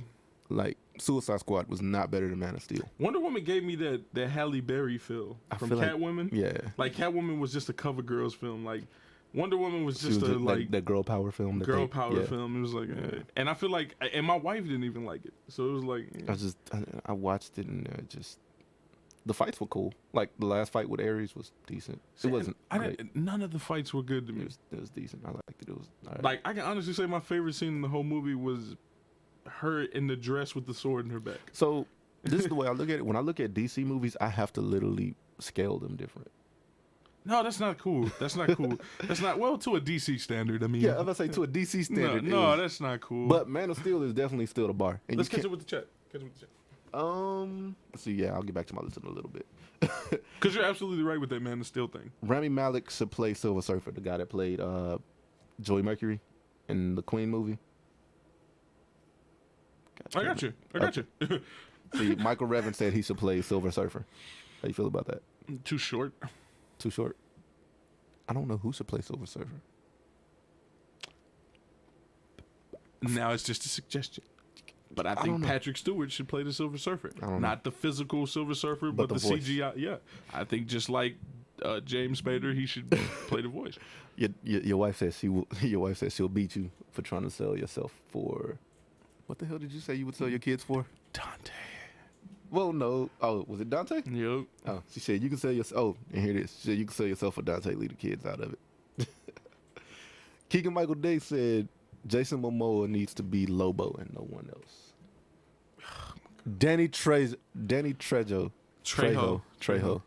We've been having this whole like saying things Danny weird Trejo. today. Like, Danny Trejo for Lobo. you should have went to Starbucks first. I should have went, dude. I wish I had a Starbucks cup like Went to this. Starbucks. Dude, that would have fit with the game. It would have fit because of the Starbucks cup with Game of Thrones. It would have fit the whole nerd vibe, I guess. Anyways, Danny Trejo is the only person that's played Lobo, not Jason Momoa. Let's see. Michael Revin said he's done with Keegan after the Jason Momoa comment. Keegan said total reboot as far as DCEU goes is the only chance. I don't think a reboot is going to save them at this point. Let's see. James Clark, Keith David should be Galactus. I said Keith David. Oh, Keith David is... he's man, that is a great voice actor too, man. Yeah, but as far as Galactus goes, let me make sure I'm talking about the same damn person. Man, of Dead Presidents. Making sure I'm talking about the right person here. Yes, the person that I said should play Blue Marvel. And you disagreed with me. I'd still disagree with I you. know you disagreed, but I said he should play Blue Marvel. And you disagreed with me.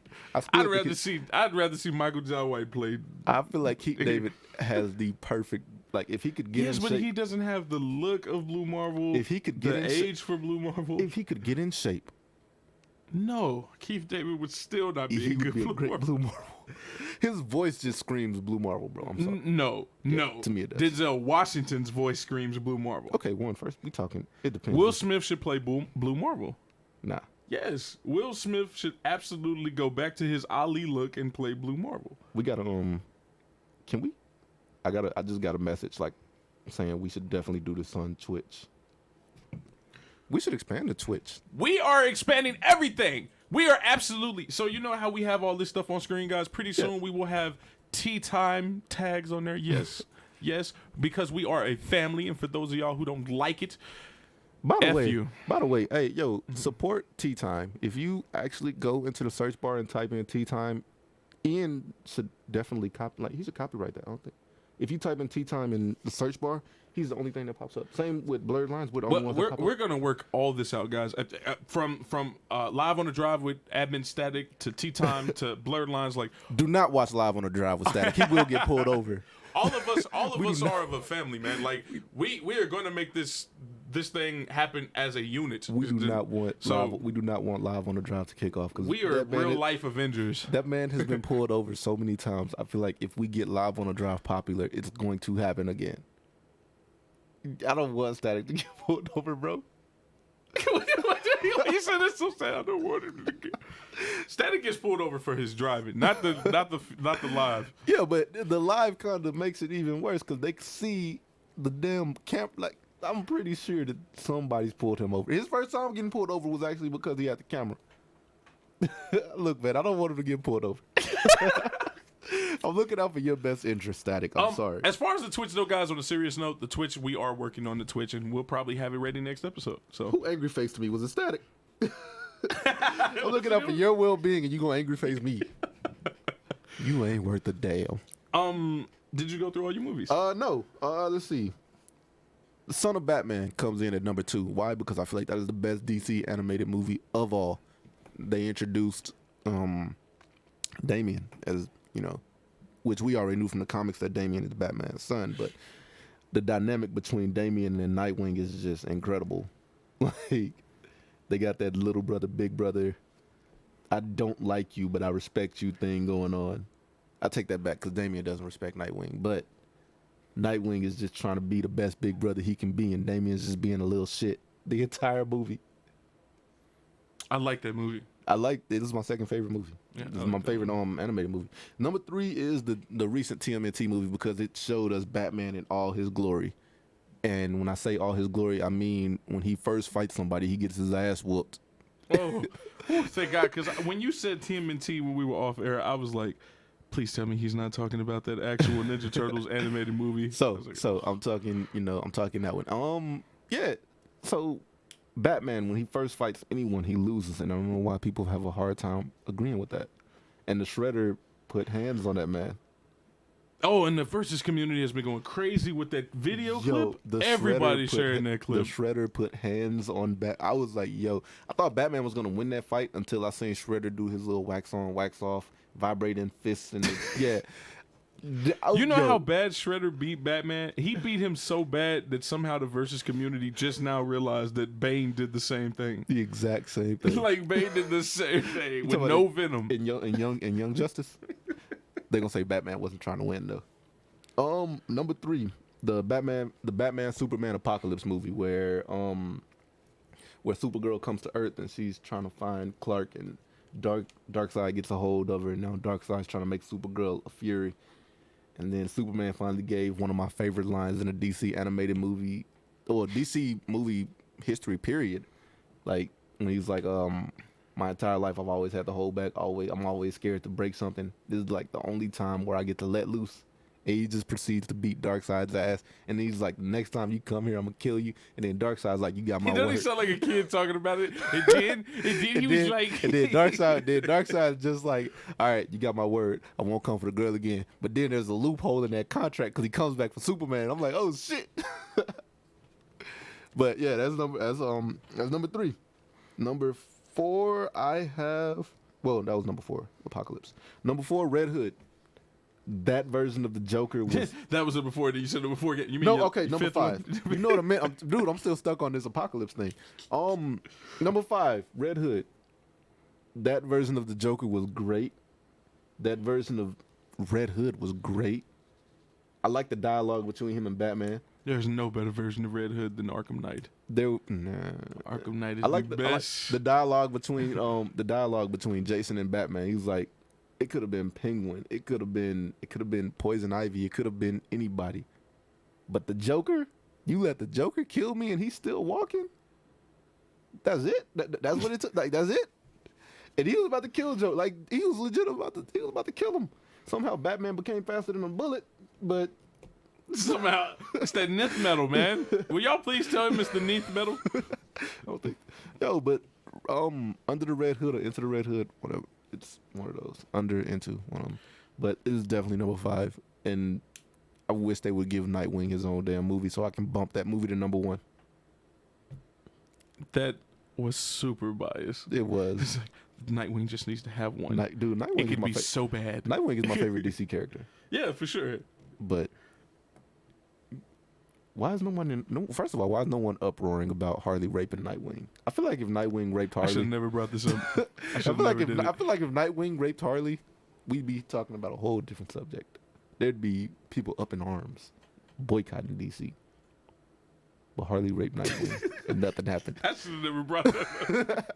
We're going to change the subject though. No, but that's my top 5 though.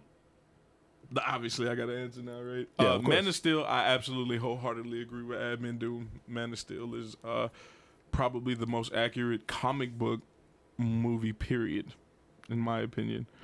Especially when you're talking about like comic characters being adapted into a realistic format. That was absolutely the most realistic depiction you could probably give of Superman.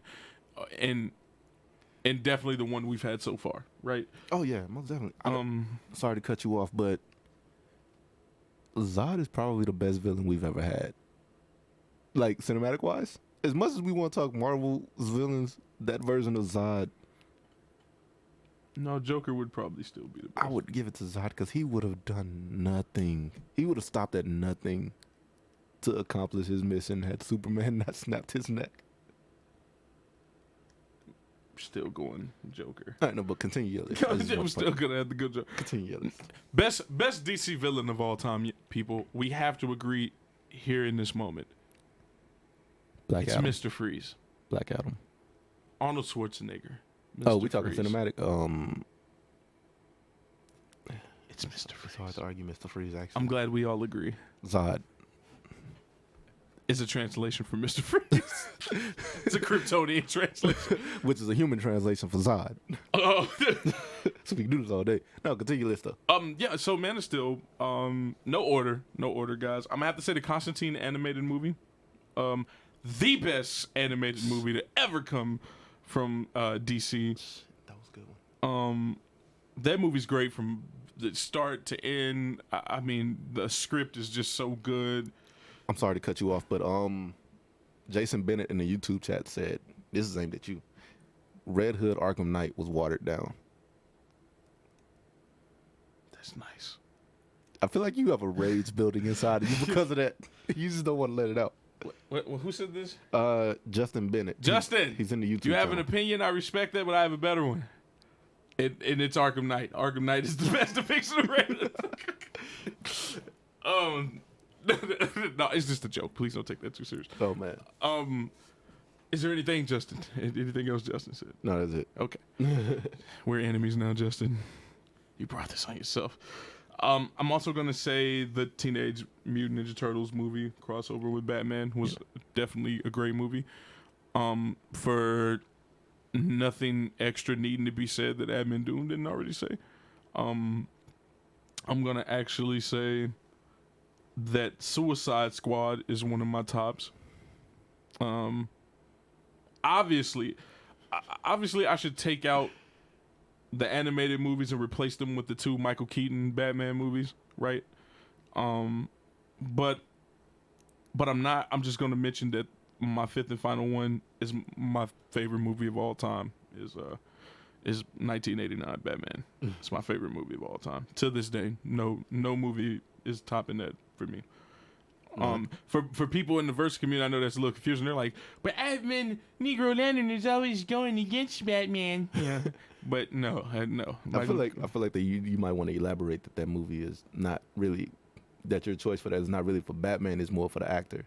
Well, it's the whole nine. Like that movie has such an impact on the landscape of Batman that some people just do not realize. Tim Burton absolutely molded a Batman to a level that even Jim Miller himself could be proud of. Right. You know, so. We're at 46 shares, by the way. It's pretty decent. Yeah, I want to break 100. Yeah. Can we break 100 shares today, guys? Can we? Can we break 100 shares? I wish they showed us who's the top sharer. I'm gonna catch it with this with the group chat. Let's catch it with the group chat. There's really not much going on in the group chat right now. They're all just listening. Have we caught up on everything? Static saying keep David too old to get in shape, of course. Live on the Drive lives. Michael Raven says my favorite part throughout the whole movie with our superhero came to Earth. What movie? Is he talking about Man of Steel? Superman came to Earth? Because it's the only movie I can think about where a hero came to Earth aside from Wonder Woman. Michael, who was you talking about? Maybe it's in the comments. Let's see. Static's top 5. The first TNT live action movie. Man of Steel, 89 Batman, Civil War, Justice League, First Meeting. I don't know why he has Justice League on that list. I'm pretty sure he's not talking about the Justice League live action. I'm pretty sure he is. No way he's talking about Static Justice League. loves that movie. I feel like I know him well enough to know he wouldn't say something like that. I feel like he's dude, Static is the only admin that has argued that is a good movie. No, remember that who almost nigga. That one said it, and then the other one that rolled with him said it too. Okay, he said, and he cleared up. He's talking about anime. Yeah. Ooh, you almost got me. All right, come on. What's the next? Did you finish your top 5? Did we catch up? Yeah, that's caught up. Okay. So and we caught up with the YouTube. Yeah. Last thing he said was Mr. Freeze. Okay. Yeah, so that's definitely my top 5. That's definitely my top 5. The next one in the script is, can DC films thrive without Batman? No. No. Did Shazam not prove this to you? I was just about to say, did Shazam just not prove this, dude? Like, every DC movie after Man of Steel has had a Batman. Even Man of Steel had Wayne Industries cameo in it. Now that I think about it. But no DC movie outside of Shazam had a Batman cameo in Shazam. And no, Batman cameoed in Shazam. Is it? So go through the toy store. Oh, you talking about I wasn't They go counting to that. the toy I store wasn't counting and he's that. like, I'm Batman. I wasn't counting that. Dude, I was not counting that. But that's what it was. It was. Not to mention, I think the Justice League was even mentioned. I think by the kid who was helping him out. And now my entire argument for why Batman. My entire argument is done now. I don't even want to talk about it no more. But DC cannot thrive. Think about all the animated movies. They throw Batman in shit that has nothing to do with Batman. There's no reason Batman should have been in Justice League Dark. They throw him in shit that he has no business in. Once again, like, look at the dude they just picked to play Batman. Like, they know as long as they put Batman across that thing, It's the people name. don't care. Yeah, It's the name. people don't care. Batman holds so much weight, man. And if it's not and there's a pattern with their animated movies. There's always they drop a Batman and a Superman movie like right behind each other. Flagship characters. I mean, the company we're working on, we would do that same thing. But if I could drop a Moses like left and right, I would too. Like They do it like so often. So it's like, and the pattern is like it's Batman, then Superman, and then one of the other Justice League members, and then some not off-brand, but some random ass group like fucking Suicide Squad or goddamn. You know, how many Green Lantern animated movies are One. there? No, it's more than one. I've only seen one. It's got to be more than I one. think there's only one. It's got to be more. Animated movies? Because There might be two. you got the recent one with Jessica Cruz. There might be two. I You wasn't got counting. See, there might be two. I didn't know there was Yeah. one with Jessica Cruz. Yeah. Well, shit, there's two. This is how look, man. There's two. It's. I bet they threw Batman in there This is somewhere. one of those things. It's like Well, it's actually, dead air. It's like Batman eh. probably wasn't in it. That's why no one watched it. It could have been a great movie, but Batman's not in it, and it didn't Batman's sell. in it. He's in it. I think he's in it. Oh yeah. God, There was a couple Justice League members in it. I'm pretty sure Batman was one of them. dude. But no, they can't. They can't unless they like. I could be wrong. Unless they boost Superman to like astronomical levels.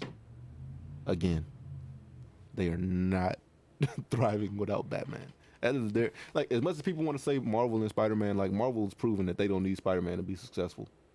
They just wrote Tony Stark. And even then, like the Hulk is like the third most popular character, so they can still do it. So it is what it is. Batman is just that character that's gonna ride them to Marvel if they ever catch it. They won't do it without Batman. Okay. So we did dream casting, right? We did the dream casting. We didn't do it for DC. Oh, they're separate. I feel like yeah. I feel Okay, like so all our let's do Dreamcast- it for DC. I'll start. The guy who is the main character in Mad Men should play Batman. He should play Batman. I'm not sure if you watched the originals or not yet. Have you watched the I originals? told you I tried to watch the originals and I didn't make it past episode 6. Klaus Michelson. It sounds weird when you say it, but then when you really think about it, Is that the main character? Yeah, Yeah. Okay. Klaus Michelson could definitely play. Not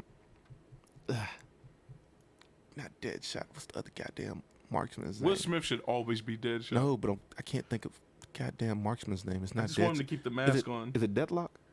Or is that Marvel? No, Deathlock is Marvel. I can't think of this guy's name. I was just reading like a Batman run the other day. Never. I will figure out his name. Never later. mind. I'm about to Google this right now. But hey, hold up, because I know I had it pulled up. Because I know he's in Batman's Rogues. Actually, he could play a good Captain Boomerang if they would have recast him, but that's not who I'm looking at. Captain Boomer. He has the accent. What's this motherfucker's name? No, not you.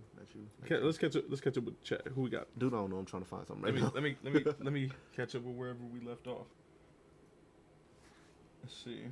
Statics list. Did we have Michael Raven? Yeah, Which, we- of course, once again, shout out Michael. James said this is why he hates you. Dude, He James- says Batman Grifter. doesn't even believe That's his it. name. Grifter.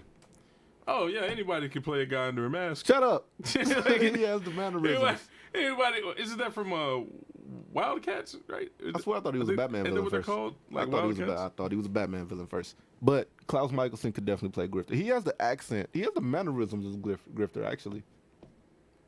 He definitely has the mannerisms. You got to watch the originals. You got to like watch it all the way through. He could definitely play Grifter. As a matter of fact, don't even Anybody could play the guy under the mask. No. Don't even watch season 1. Start at season 3. No, that's not. I can't do it. And you'll see why I say him for Grifter. Okay, that's like what people told me about Game of Thrones. Don't watch the first season. Oh no, watch the first season of Game of Thrones. That's what they told me. It was like, Don't watch the second season. No. I think that's my only opinion on DC character. I think Henry Cavill should continue to play Superman. I definitely feel like he should play. I feel like Zack Snyder should handle anything dealing with Superman. I think Henry Cavill should go like long hair, black suit. Is the one that everybody wanted and he never did it. He should do it. He should definitely do it. He should have took the mustache and put it. I feel like Zack Snyder. I feel like Zack Snyder should handle anything involving Superman. Yeah, I think just like Disney did, which I told y'all Disney would do that with James Gunn. I feel like they should just go on and make up with Zack Snyder and be like, hey, take over. It's all you now. We're out your way. Oh no, I don't think he'll take it though. I think he would. I don't think he would. I think he would just to spite he would. I think he'd spite them by going over to Marvel. No, Marvel's not going to take him. You don't think so? There's a certain way that Zack Snyder works that Marvel's just not. Kevin Feige's not going to have that. Because his whole thing is that he doesn't like traditional setups between characters. Page by page. And he's consistently trying to make people fuck each other. And that's part of the problem that Josh Whedon has. Yeah. Yeah, so like, nah. See, my boy Anthony Tompkins came in here. One of the guys I was stationed with in Fort Polk. What's going on? Once again, guys, we're still a versus community, so if you have shout-outs that you want, put them in. We'll shout you out. If you guys have versus matches you want to discuss, put them in. We'll talk about them. If you guys have any opinions on anything, please put them in. If you have any opinions, please call in and voice those opinions, because this is going to, Don't forget, we have a phone line that scrolls across the bottom. And we do have a caller. Ironically, we do have a caller. No, did I bring this up? Waiting on the green light from our producer. And caller, you're on. Admin Static here. Oh my God. Hey, I just wanted to say, back on the Batman thing. Okay. You all right? What's going on? You all right? DC cannot operate without Batman appearing in any goddamn thing at all. Admin Static, we here at the show have a question. Yeah. How do you have the time to call us but not draw? Well, I am driving to work right now, so. I knew it was either going to be driving to work or he's putting honesty to sleep. Yeah. Right, he used honesty like she's a weapon with excuses. She is a weapon. Shout out to honesty. But yeah, Batman, like you said, Batman was in Justice League Dark when he should have been. And the thing is, Batman literally does not believe in magic. Even when he sees it, he still don't believe in it. He don't believe it's a real thing. Right. I mean, it's not hard. I mean, Tony Stark has that whole, like, magic is this science we haven't discovered yet. Yeah, but he even practiced it a little bit, though. Yeah, like, he looks down on it. You talking about the Excalibur story? He wants nothing to do with it, but yet he's in Justice League Dark. Batman, they had a whole thing with Wonder Woman and Themyscira, and Batman was there. Like, why? Yeah, see, I mean, we know why we push him in there. We know why they push him in these movies and stuff, but... This is how we know that I'm right when me and Static agree. When me and Static agree, I know I'm right without a shadow of a doubt at that point. Like, is there like little pinatas that burst in your skull? Dude, a lot of the times I think I'm right. But when Static agrees with me, like, there's just that click that's like, oh yeah. This is the confirmation for you. This not Ian, not myself, not just anybody more credible than Static. Me and Static bump heads so much and we don't agree. So the few times that we do agree, I realize that I'm right. They even throw him in Teen Titans Go, and they don't need him in there. Anything say to that? Because I haven't watched Teen Titans Go. I refuse to watch that goddamn show. I'm not. They even make fun of it. They even make fun of it. Whenever they need something, they will call Batman. I haven't watched the show, so I couldn't tell you. Yeah. I mean, once again, Batman is like Deus Ex. Like, but he's following the question though. Can they thrive without him? No, he doesn't think they can. He's Deus Ex. Like, when you don't have no other way out, you call Batman. Deus Ex. But all right, man. Admin Static, thank you for your time. Right, get back on it. Yeah, go draw something. That was Admin Static again, guys. But like Admin Static, if you guys want to call in, you are more than welcome to call in. The number should be at the bottom of your screens. I'm gonna write this number down so we can say it, because I'm pretty sure a lot of people don't want to like wait for this thing to scroll across. Yeah, I think the only thing I can give the community when I write something down. This. If you put an L, I swear to God, Ian is gonna kill you for that one, bro. Ian, you better tell them who you got it from, son. If any of Ian's heralds, so to speak, are in here, please don't mention that to him. Please don't. All right, so just in case y'all will mention, we've absorbed the heralds now, so like we've absorbed everything. dude, we're all one unit now. We gotta have our own like practitioners. I don't know, we can call them the jobbers of the universe. But I'm not being called a jobber of the universe. Jobbers of the universe. But just in case you're wondering what the phone number is, 469-608-1886 to call in and get on the air and voice your own opinions. Again, the topic is cinema. We're not discussing comics. We're not discussing anime. We're not discussing TV shows. Pure cinema. I hope we never discuss anime on this show. Oh, no, that's next week's episode. God. That's next week's episode, anime. And I hope you've caught up on it, because it's going to be a long ride. Yeah. It's going to be a long ride. That's going to be our shortest episode next week. Longer than the ride that Ghost Rider took to get to the You guys are cathedral. going to have to call in next time to talk about anime. Somebody's going to have to discuss this stuff with him. I absolutely hate it. Michael says, don't remind him of Justice League Dark. That was just annoying with Batman. I do believe we have now the confirmation for Admin Static's point of view shared with you. Dude, I've said this for years. Batman's a decent character. He's not a great character. He's B- at best. I know I'm going to have a lot of hate for that. Somebody's probably going to call in for that one. Miguel says, in his movie list, he has number 1, Watchmen. Number 2, Batman Begins. Most people always write off Batman Begins. I actually respect that. That's actually my favorite one in the whole trilogy, Batman Begins. I hate the whole trilogy, so I don't have a favorite. For me, it's the opening. The way that they shot all this stuff with, his name's on the tip of my tongue. What's that actor? He just had all the from Taken. Dude, I can't even say his name right now. Liam Neeson. Yeah, Liam Neeson. All that stuff with Liam Neeson, like in the beginning, is just worth it. Once again, you have he comes in at 3 with Dark Knight from the same trilogy. Yeah. Number 4, he has Teen Titans Judas Contract. Judas Contract was actually a good one. And number 5, he has Batman and Robin. Damn, don't add him. No Marvel movies? Well, we were covering DC. Oh, we're covering DC. You're right. We were covering DC. Well, see, Static threw Marvel and DC in here, so that's why I was confused. I didn't think the viewers were going. Maybe Miguel is only, Right, so he's never given me that impression in the chat before, but I don't know, man. What's the next question though? Okay. Michael said, "Hey, did tease it when they was." I think he was trying to say filming Justice League. Oh, he's talking about the black suit, Superman. They did tease it. It wasn't a teaser. So, fun fact, that wasn't a teaser. That was a fan-made edit to Superman's suit. That was a fan-made edit, and everybody believed it was a teaser. It was never a teaser. What up, Anthony? How you doing? What's up, yo? All right, are we caught up in the YouTube chat? Yeah, we're definitely caught up on the in the YouTube chat. Yeah, he's saying this is a great podcast.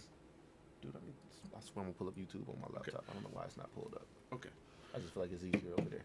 All right. So since we're caught up with everything, time out. So, Justin, YouTube, give me that paper. Let me make this a lot more vibrant. We need some markers over here, dude. We gonna get some markers. I'm gonna add my own to it. But the lines just started. You get an L, my guy. He said Hulk is the worst standalone movie. What are you talking about? The 2004 one?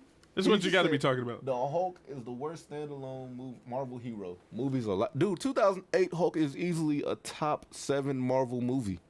Well, MCU wise. 2008 Hulk and it is connected, y'all. For those of y'all that don't know, it is connected. For the people that don't want to admit it, it's connected. Edward Norton is part of the MCU. Dude, that was a great. I don't know why people hated it.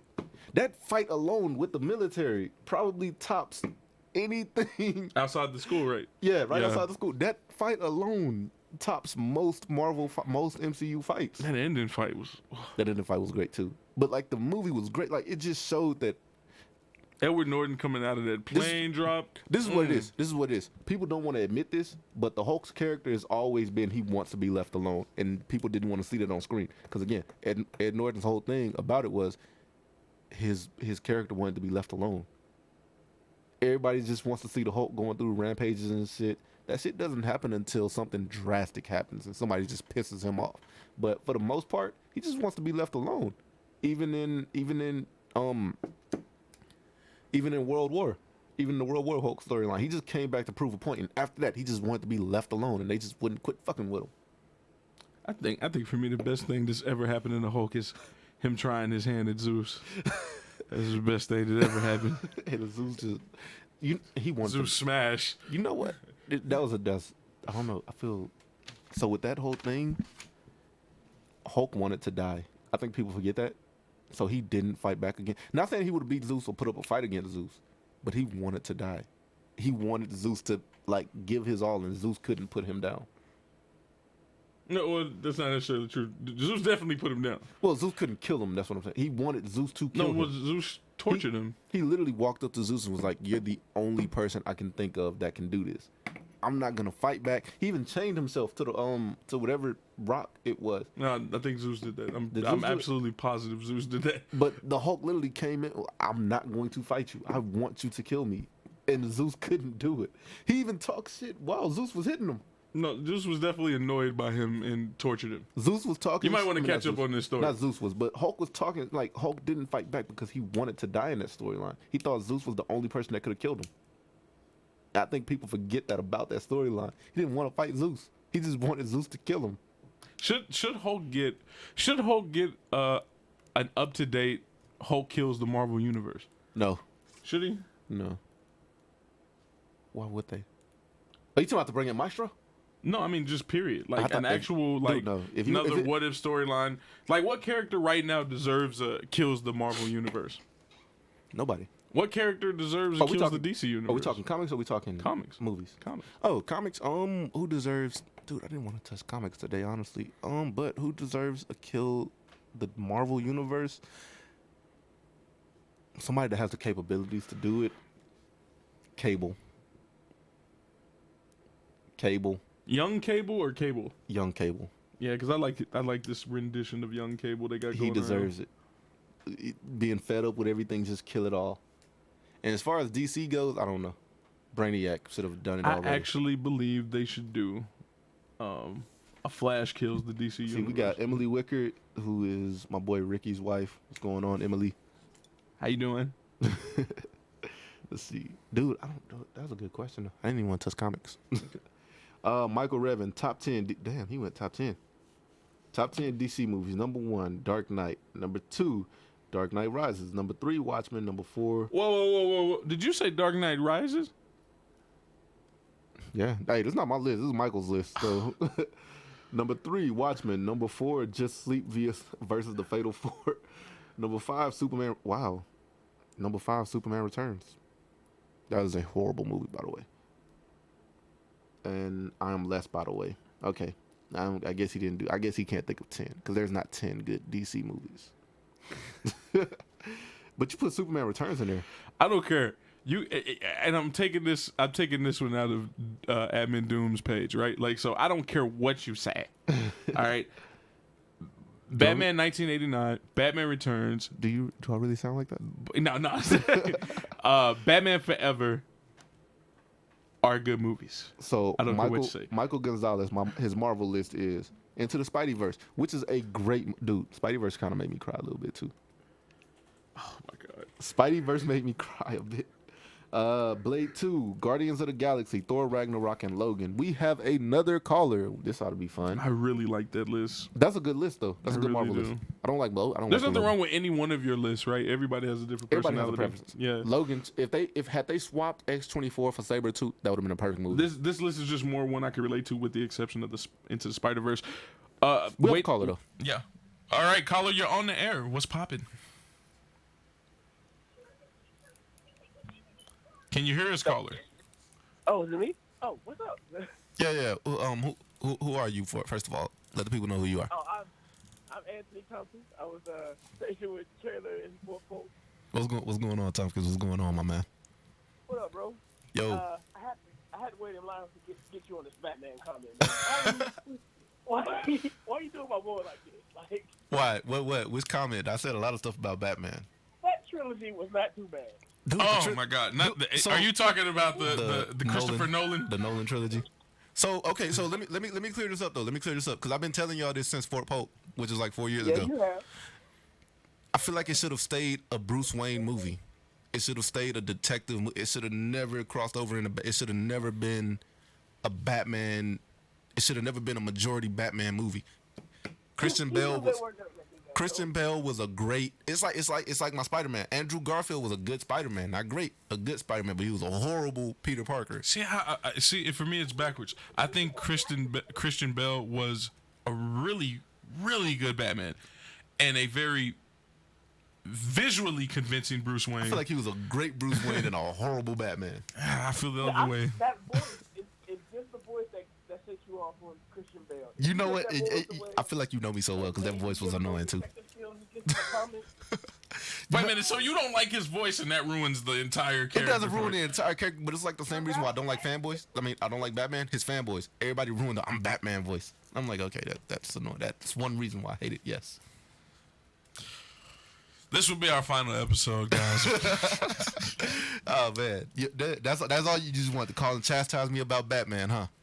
You know I had to, because you ain't going to do my boy like that with your mustache not connected. You ain't worth the damn. I hope Marcus peeing your cereal. But so you came in for the Batman slander, but you didn't hear anything about you ain't come in during the Marvel talk. Okay. I heard. The thing about the Hulk. I'm gonna go to the Hulk next. I did not like that 2004 Hulk. Yeah, 2004 Hulk was trash, but 2008 was great. Yeah, I feel like Edward Norton could have. Mark Ruffalo, don't get me wrong, he did a solid job, but I feel like Edward Norton would just take Hulk to that next level in the Avengers film. So it's kind of like I was saying, that whole thing was just him wanting to be left alone. Yeah, nobody wants Hulk to be like a left alone. Like, nobody wants a passive Hulk, and that's a lot of times what people forget, that Hulk is very passive a lot of times until somebody like Wolverine comes in and just pisses him off. No one in that dichotomy is more dangerous than Banner. I would definitely watch an all Banner movie. I would definitely watch an all Banner movie too, like animated movie though, just because of what I've seen, what he could do to Juggernaut without turning into the Hulk. When he duped everybody. When he duped everybody with the Scar story, oh man!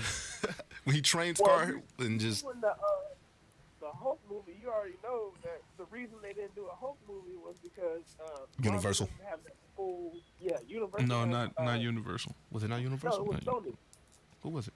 It wasn't Sony either. It was Fox. It was Fox. Fox has the rights. Fox has the rights to Silver Surfer. No, he's talking Hulk. I thought he was talking about what you were talking about, Planet Hulk. No, he's talking why they couldn't do a standalone Hulk. Live action Hulk movie. Then that is Universal. Yeah, Universal had the rights to it, so they couldn't do it, and they haven't worked anything out. Somebody can say no and shut down the whole movie, so they threw a little Hulk mini movie into the Marvel universe with the Ragnarok. seeing Hulk's progression, like Ragnarok and Avengers movies and Avengers 2 and all that. So they couldn't give him a full-blown movie, but they gave him character development. They gave him a co-star. Well, let's be honest. You can't really write a good. Say you can't write a good Hulk. You can't write a good cinematic universe Hulk movie. 2008. Now let's be honest. That was a great movie, but it isn't without flaw. Every movie has flaws. Not Power Rangers. We will talk about Power Rangers. All right, yeah, all right, man. Hey, Tompkins, bro, it's good hearing from you, bro. But we gotta let you go, man. We gotta finish the rest of this podcast, my man. All right, that's fine, man. Y'all hold it down. I appreciate it. Nice having you call. Everybody else, once again, you were all also welcome to call. The lines are open now that Tom's gone. See, my boy, my boy Ricky came in. See what's going on, Ricky. How you doing? See what's next. Let's catch up with the chat. Okay, so here we go. Michael also says top 10 Marvel movies. He says at number 1, Avengers Endgame. All right, you got your mind correct. All right. Number 2, Captain America: The Winter Soldier. Little fun fact: Winter Soldier does not actually mean the Winter Soldier. It's actually talking about Cap being stuck in the Cold War. 3, Iron Man. 4 is Spider-Man. 1. So I assume this is Tobey Maguire we're talking about. Yeah. Then he says 5, Spider-Man: Homecoming. He says his personal list, right? We figured it was your personal list, my man. Yeah, I can't bash anybody for their personal list. I just don't like Batman. So if you hear Michael was like, let me be safe. if I'm bashing anybody for any list, it's usually because I hate Batman, and I feel like Batman doesn't belong in any top 5 because he's not a great character. Anyways, Michael says top 5 again. Maybe that was a mistypo. Then he says, because he said top 10 for his DC list, but he meant top 5. let me see, top 5 DC. Also my mistake. Okay, yeah. Okay. Are we caught up with that? Or Yep. what about our YouTube chat? We caught up with the YouTube chat? Let's see. Damn, you should definitely be the one monitoring this. But Ricky, what's going on, Ricky? My man said Deathstroke. I don't even know what this is inclined to. That is talking about when I was trying to figure out who. No. This is old. That's probably when I was trying to figure out who the guy that plays Klaus should play. All right, we're caught up. Okay, I know. Once again, guys. If you have anything that you want to say, call us. If not, leave the comment, and we will continue on. So I'm not gonna lie, this phone line thing is actually pretty cool. Yeah, it's actually really cool. Yeah, I just can't I just hope that it doesn't become a really big issue to where we just have we're switching the game up. a million people trying to call. Who else you know does that? Ian don't do this. T-Time Oh my God. T-Time don't have callers. He did that unscripted, Ian. That's nowhere in the script for him to say something like that. Shout out to T-Time. If y'all ever catch T-Time, dude, I'd share his stuff all the time, so y'all should definitely catch it on my page. But back to the script. What's next? All right. In other subjects, right? So in our other subjects, we're going to go top 5 other films. You're not going to like my top 5. It's going to have a Michael Bay movie in it, ain't it? If you say Transformers, anything. I definitely have Transformers Oh in there. my God. If you say Transformers, X-Men. Well, that would be Marvel. Anyways, my Transformers God. is in No, my top. no, X-Men is Fox, not Marvel. Don't still- say they're Marvel anything. They're Marvel no. characters. Damn No. it. They're Marvel No, characters. It don't even matter. no, But they're what you get when you go to the dollar store and you see the off-brand. But it's still Marvel. Anyways, my top 5 for other Transformers 2. I don't care what you say. Those twins on Transformers 2 was fucking great. Optimus. No, actually, it was the third one. Oh my God, he opened up with Transformers. It was Transformers because this is what the first 2 Optimus was a little bitch. I'm sorry, I told you I tried to watch it, but that third one, Optimus came in and the way he just killed Megatron. Like I was like, oh shit, what was this Optimus at the other 2 movies? So Transformers 3 is definitely in there. Godzilla, King of the Monsters is in there. Just because I loved the monster fights. I'm a monster movie fanatic. Pay attention, y'all. He said because he loved the monsters fight, not because the movie was good, but because he loves the monsters When fight. you see a Godzilla movie, you want to see monsters fighting, damn it, and that's what they did. Cheese is cheese. Hellboy, Which one? the first one. You don't like the second one? Talking about the Golden Compass? Yeah. Or the Golden Kingdom? I liked it, but the first That's one your was boy as the villain in there. the first one is just my favorite. That villain is the same guy from Blade 2. Yeah, but Yeah, I'm just saying. That first one is just That was a great actor too, man. I wish he would have did more work. Ron Perlman was just great as Hellboy. I fucking hated that second one, but Ron Perlman as Hellboy was just phenomenal. You really can't he's again one of those actors that you just can't replace. I don't see anybody else playing Hellboy. One of the best castings ever, right there. Definitely. Ron Perlman, yeah. Dude, Hellboy. Again, you're gonna hate this one. TMNT. Are these things aimed at me? Like, TMNT. oh my God. TMNT was a great movie. Which TMNT? The animated one. Oh my God. The one where they had to fight the 12 stone soldiers or 6. I appreciate you guys who showed up to see that I was once part of this. TMNT was great, bro. I'm sorry. And number 5, this is where I redeemed myself. Power Rangers. Power Rangers was great. It was definitely and here's the thing, when I first watched it, I didn't want to watch it because I couldn't grasp the fact that this was actually a newer rendition of Power Rangers. So it's more this time versus 90s and 80s Power Rangers. We have another caller. So we're about to get the green light on that.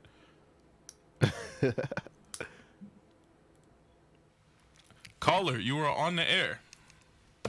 Hey, it's Anthony Collins. I had to come back. What did Michael Bay do to you, man? You said What did Michael Bay do to make you so angry with him? All the Transformers movies. Okay, Did you need a confirmation on that? Because I would have gave it to you.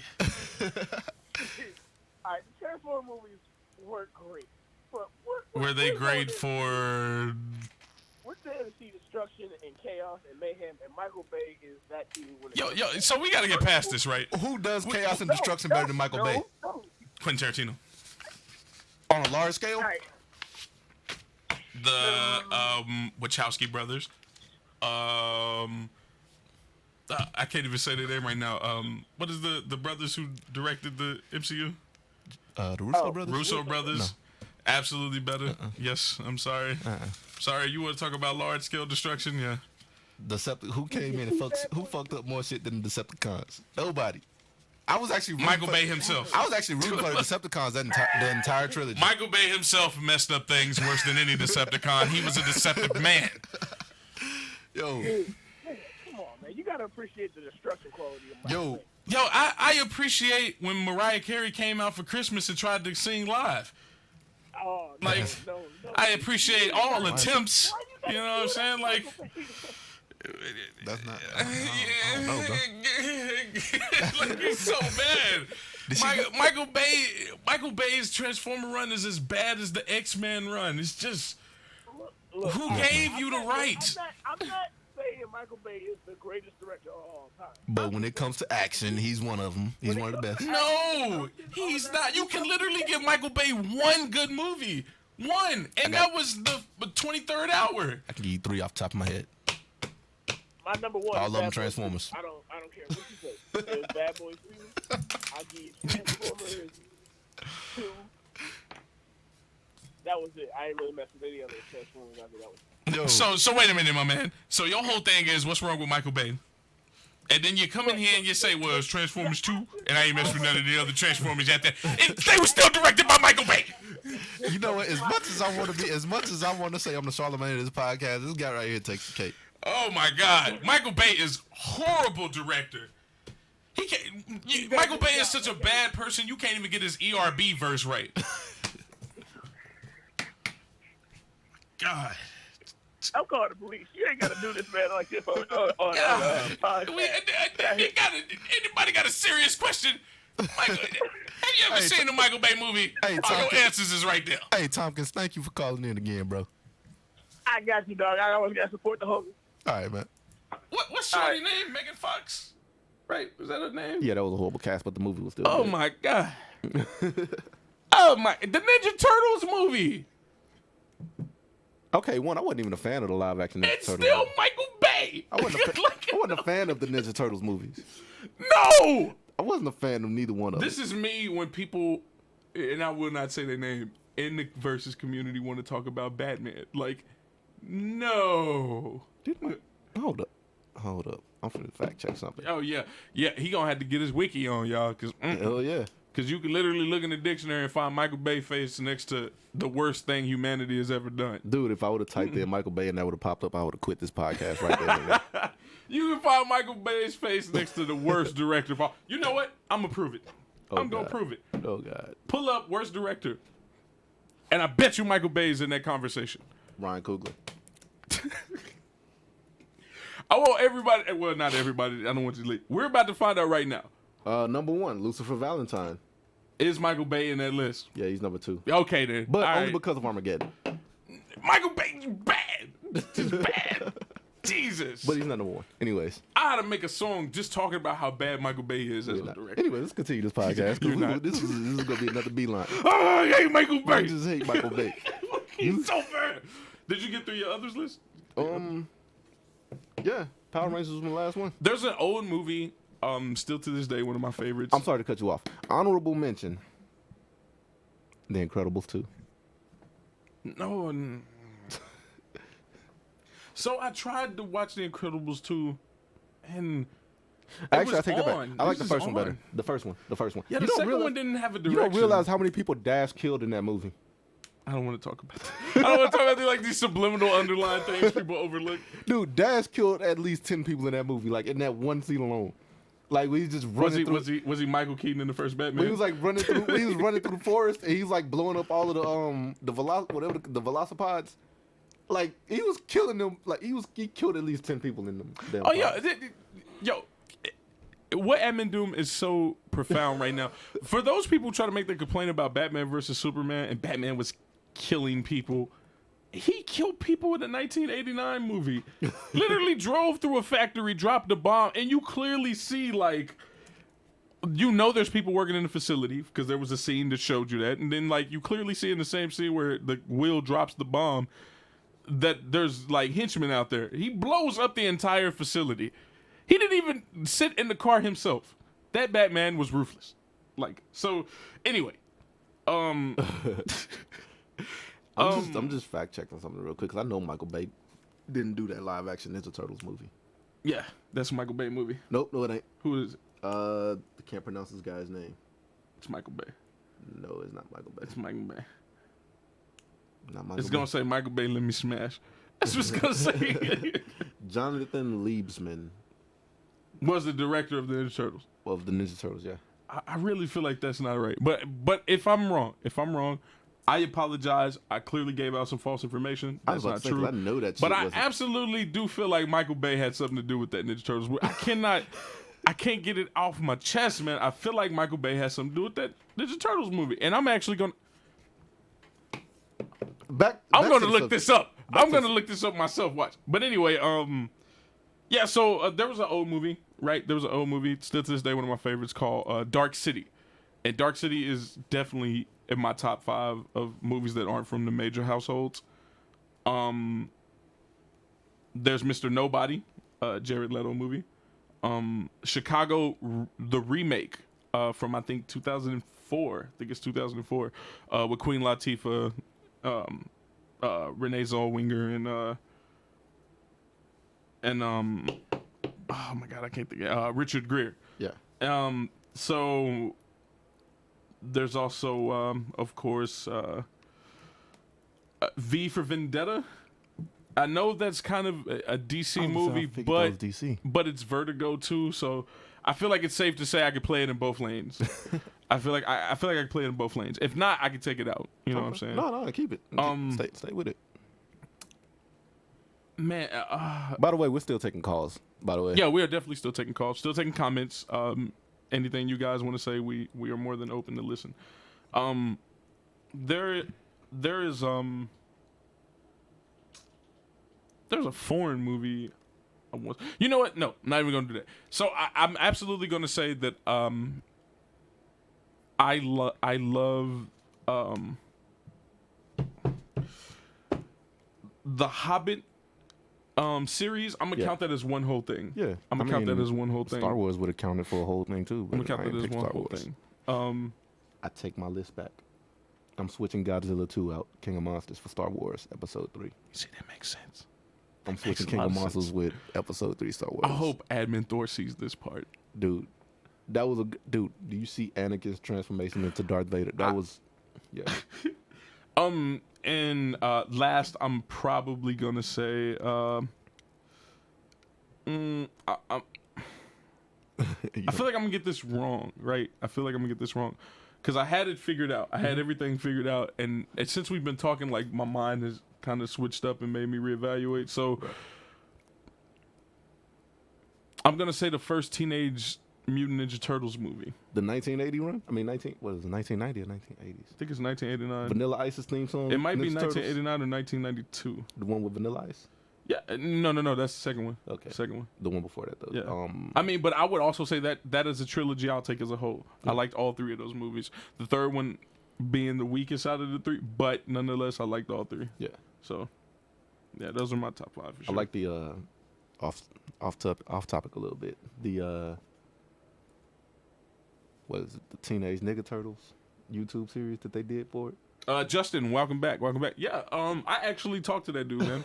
I actually talked to him. He was actually on my original Facebook page when I first hit the music scene. That is, dude, that cheese on the board line that Shredder gave. I'm gonna give that speech to my son. Yeah,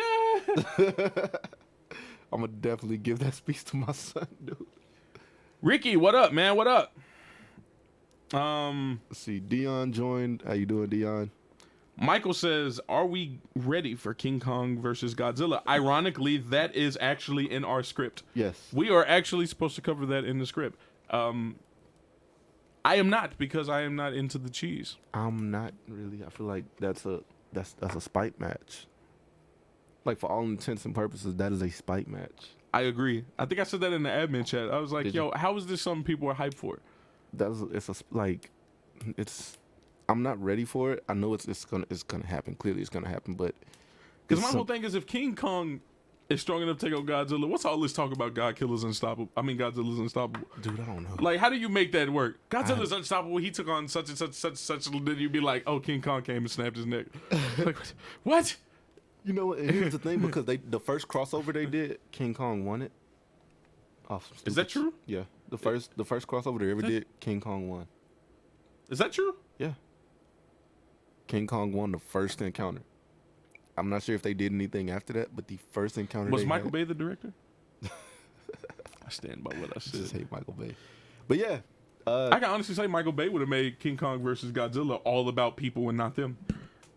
that's why I hated the first one. That's why I hated the first. It was too much about the people, not enough about Godzilla. And that's why I love the second one, because it was just monster fight, monster fight, monster fight. I'm That's so all I proud wanted. of my son Lewis Shut out up, here Ricky. representing. Shut up, Ricky. Well, Ricky, I'm pretty sure your son's proud.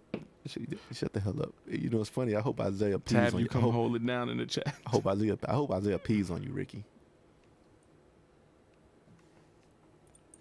All right, here we go. So Miguel says, The Incredibles, The Kingsman, first Transformers, first King Kong, Casino Royale. Tell him, Daniel Craig for life. Casino Royale was a good movie. I thought you said you didn't watch him.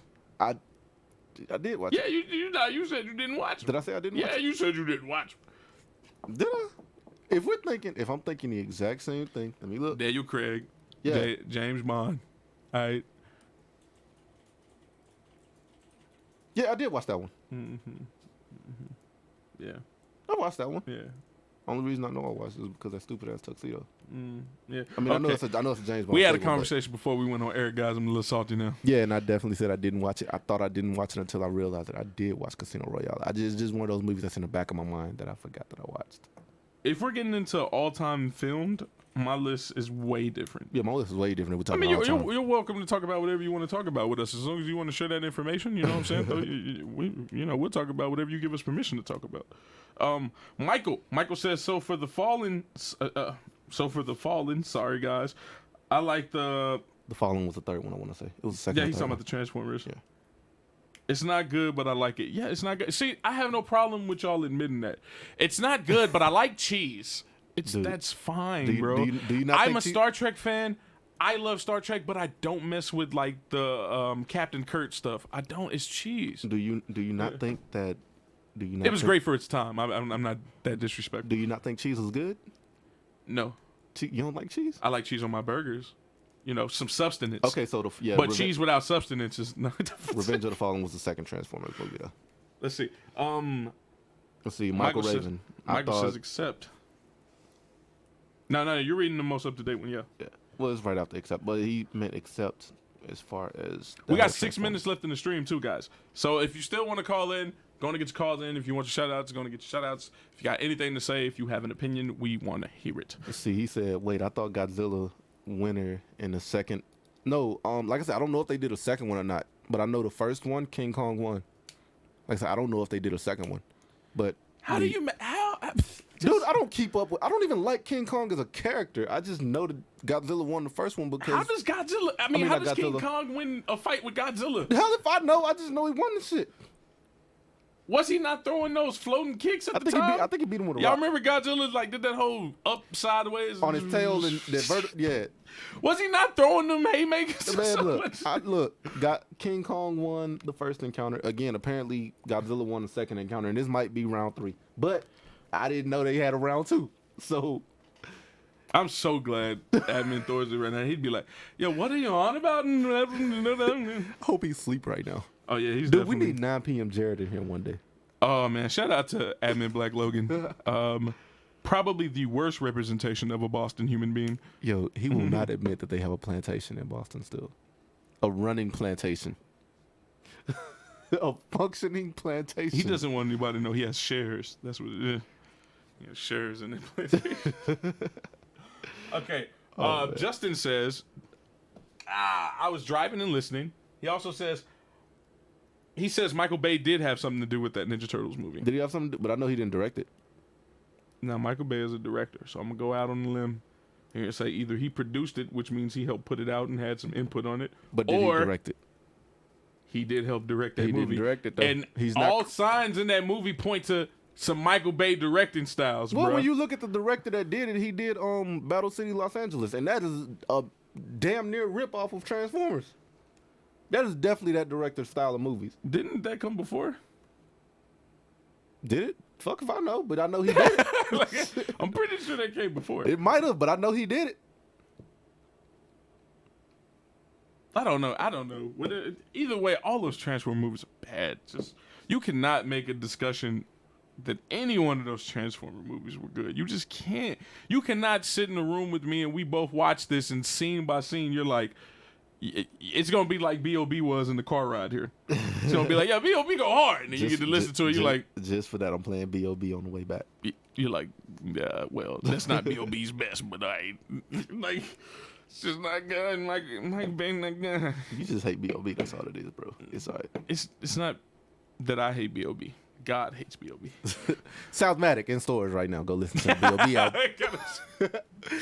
Chicken. Here we go. He says, I don't like cheese either, but if they do it right and it's like fun to watch, I'm down. Dude, that's what movies all about. As long as you think they're fun. I know there's a lot of people. Yeah, it doesn't matter what my opinion is. I at the know end of the there's day. a lot of people that like the new Chucky movie, but I hated that shit. I know there's some people that love that movie. Mark Hamill did a great job at voicing Chucky, but the movie was just shit. And I know there's a lot of people that think that Child's Play movie was great. No, man, it's just so bad. I know. What, you like that movie or something? No, what? No, bad movies are just bad. I can't. For me, I'm the type of person like your movie has to have something to offer me, right? So like the movie has to have great lighting, great script, good synergy between actors. Like I cannot stand. Did you watch Brightburn? No, that movie looked bad. Dude, it was actually who was it? Who directed that movie? Somebody from Marvel Studios directed it. Was that supposed to make me change my mind about how bad? No, but I'm saying it was like I look Kate Beckinsale in it. I look at it as a Marvel troll. I think that's her name. A Marvel Universe's troll to Superman. That's what I look at it as. Like they legit like. Remember what I told you about the movie? As long as you understand. Kate Beckinsale. What's her name? What's the name of the chick who played Rita Repulsa? God damn, we was just talking about her too. I'm about to Google it though. This is exactly why we have Google. I think Kate Beckinsale is nice. The one who played in Underworld. But what's the chick who played Rita Repulsa? I'm looking at it. I'm looking for it now. Either way, that white girl can get the business. But she's old in this movie.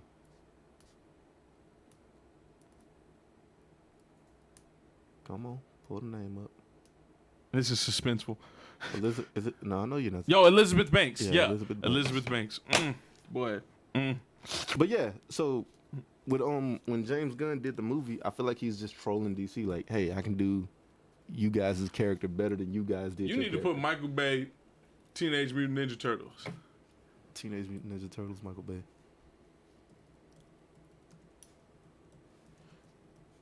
This is bothering me, man. Dude, I guarantee you, Michael Bay did not.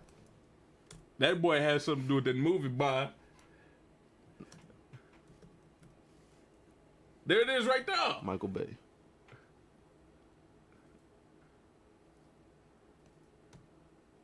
Michael Bay has something to do with this movie, man.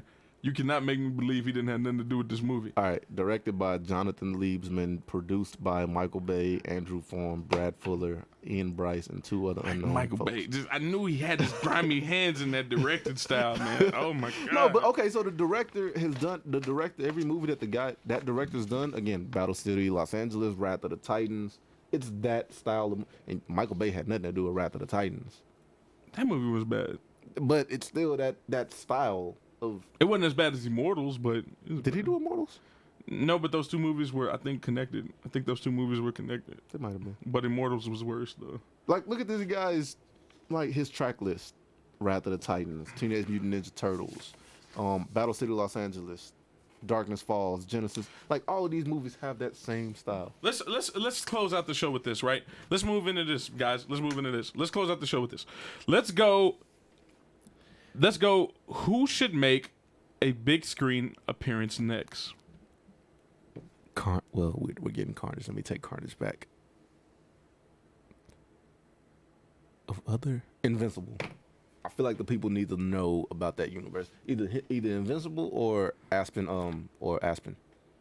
Aspen Matthews. Aspen Matthews. From what's she from? Image. I feel like if she made a big screen appearance, she would be. I feel like a lot of people would fall in love with her. I honestly think there should be a Red Sonja that leads and ends the movie with a Conan appearance.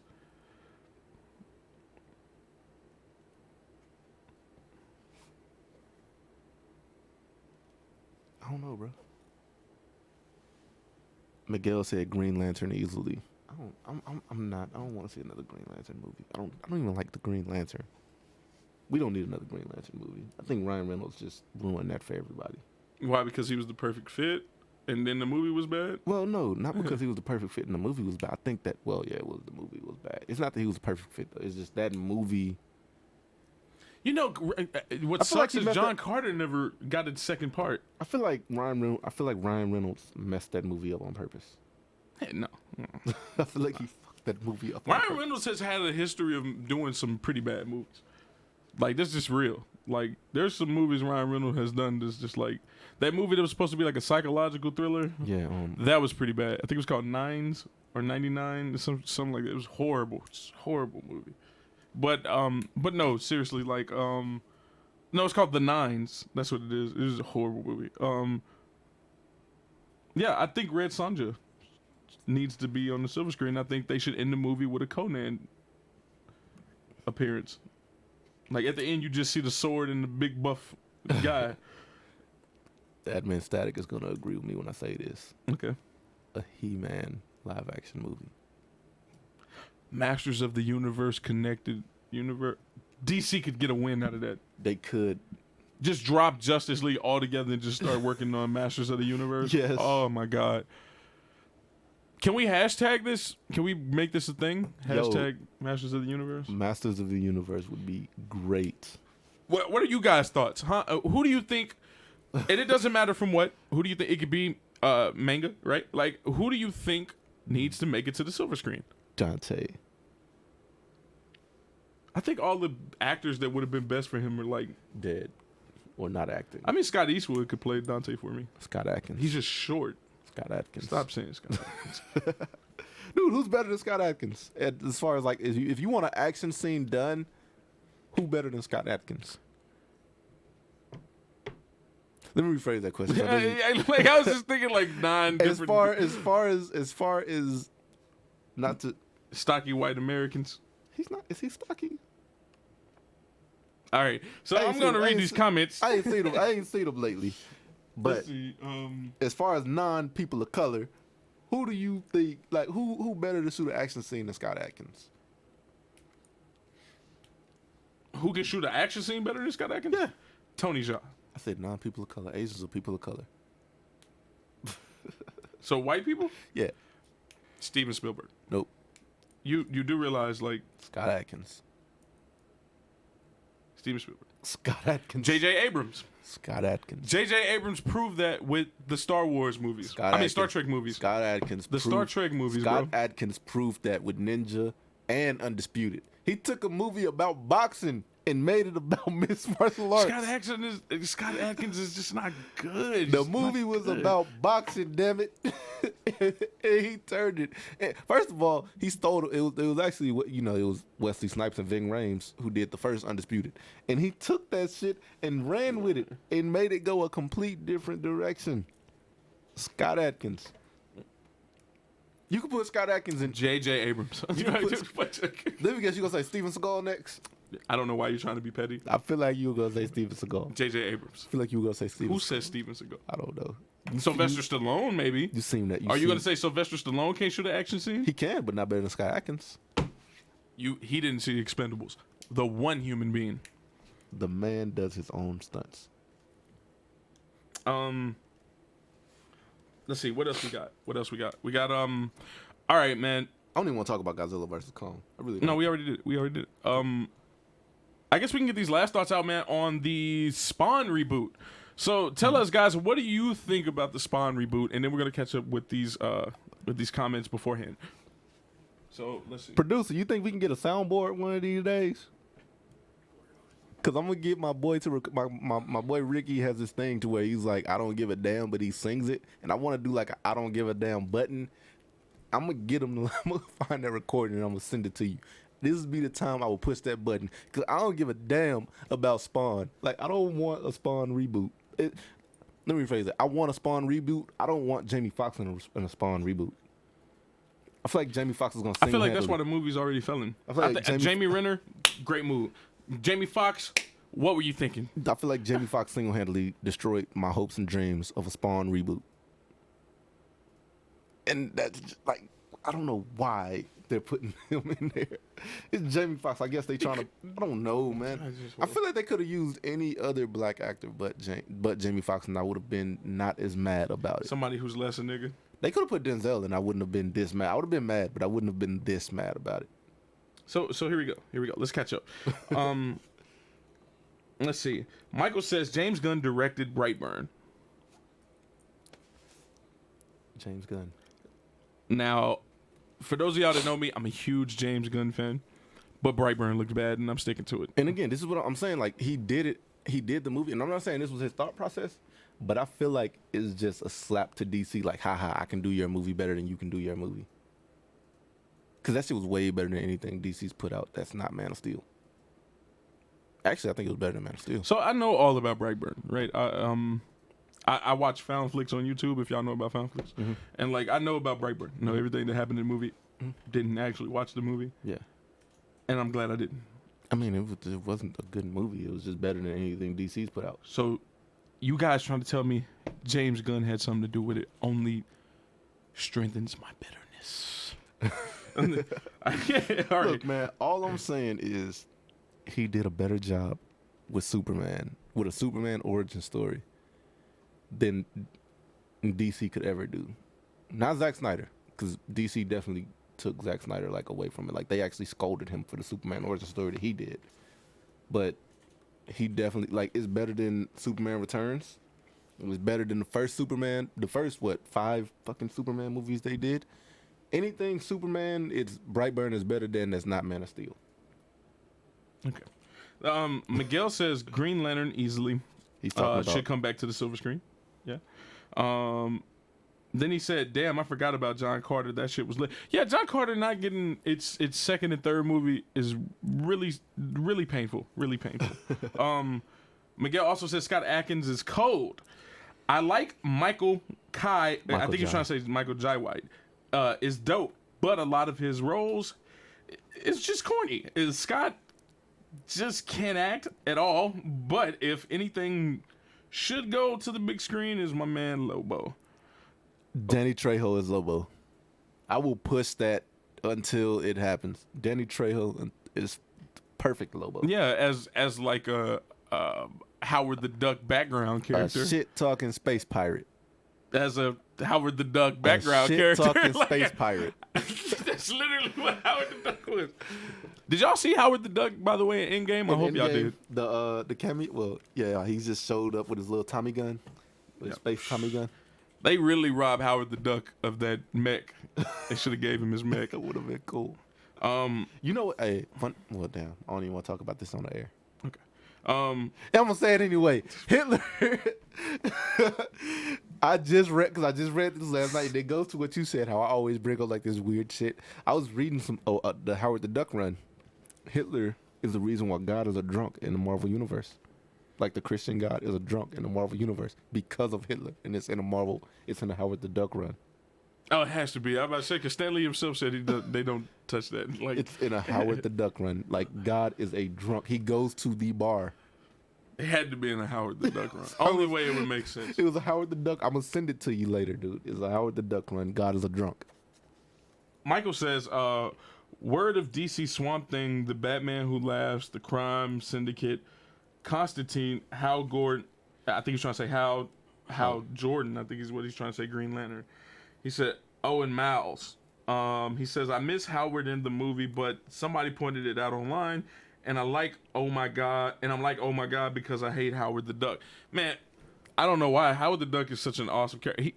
But I can see why. You know what? I take that back. I can see why. Because Howard the Duck is almost like Squirrel Girl. It's like Squirrel Girl. Yeah. So, but I like his stories more. I like when he worked with She-Hulk on a lot of stuff. Yeah. I like that way more. I feel like he's that, not comic relief, but he's that, like Squirrel Girl, that side character that no one pays attention to until he does some off the wall shit and everybody wants to be, oh, look what Howard the Duck did. I mean, Howard the Duck team up with Hit Monkey would be awesome. Let's not do that. Let's not do that. Justin says Moon Knight, but he didn't do it with a K. So I hope we're talking about the same Moon Knight. That's my favorite character. I think he's talking about Moon Knight. Yeah. White Hood. I absolutely agree. It isn't like he isn't already hinted in the MCU, so honestly, you could say Moon Knight is already part of the landscape. And there's apparently rumors that he will be in a Black Panther movie, so that would make sense to me. But I think they'll ruin the dichotomy between the characters because they actually have a friendship. Like literally, there's a comic where you see they're talking to each other, and Black Panther gives Mark the finger. You've never seen Black Panther do that. He just straight up gives Mark the finger. I don't want to see Moon Knight. I feel like Moon Knight's one of those characters that should be TV show. So I agree with you. I think okay, so for me as a fan, obviously it's a win if it hits the silver screen. Yeah. But I think Moon Knight would absolutely work better as like a HBO series if they got the team from Blacklist. If they got the team from Blacklist or The Last Kingdom to write for him. Need the budget. They would definitely need the budget. Because visual would beat everything. Yo, can you imagine the suit? See, I feel like they go that all white material instead of like the armor. Yeah. That would make me so salty. What if they bring in the helicarrier or his gliders? No way they put that in the show. Dude, imagine those gliders. Yo. No way they put that in the show, but that'd be epic. Oh my god. Let's see. Justin also says Gambit, like Admin Doom said. Then he says Terry Crews for who? Who should Terry Crews play? Oh, I think he was talking about for Spawn. I don't want to see Terry Crews as Spawn, bro. Then he says Danny Trejo as Lobo, which he once again you Thank said you. the same thing. Finally, somebody agrees with me, dude. And it's not like I'm not saying that should be. I'm not saying that I have the best call on that. I'm just saying that I can see Danny Trejo as Lobo more than anybody else. I think we had a really good show today. I think we did too. I think we had a really good show today. We're gonna have to cut it here, guys. Please, pat yourself on the back for joining us and helping us make this happen. Obviously, we need you guys to do this thing. We'll see you guys next time. Now that you know that we have the open lines, please prepare for those things, right? Big shout outs to everybody who is part of this team. That means here with us, Tea Time, Nerds of Combat, Marvel versus DC. Who are we missing? Live on the Drive with Admin Static, obviously, right? And then of course, the viewers. the viewers. From viewers like you. But no, Nerds Unpacked, obviously, you know what I'm saying? We wouldn't be here without them. And so, this is going to be the end of episode 2 of Blerd Lines. So, thanks, guys. I feel like next time we need intro music. Bum, bum, bum. We're out, y'all.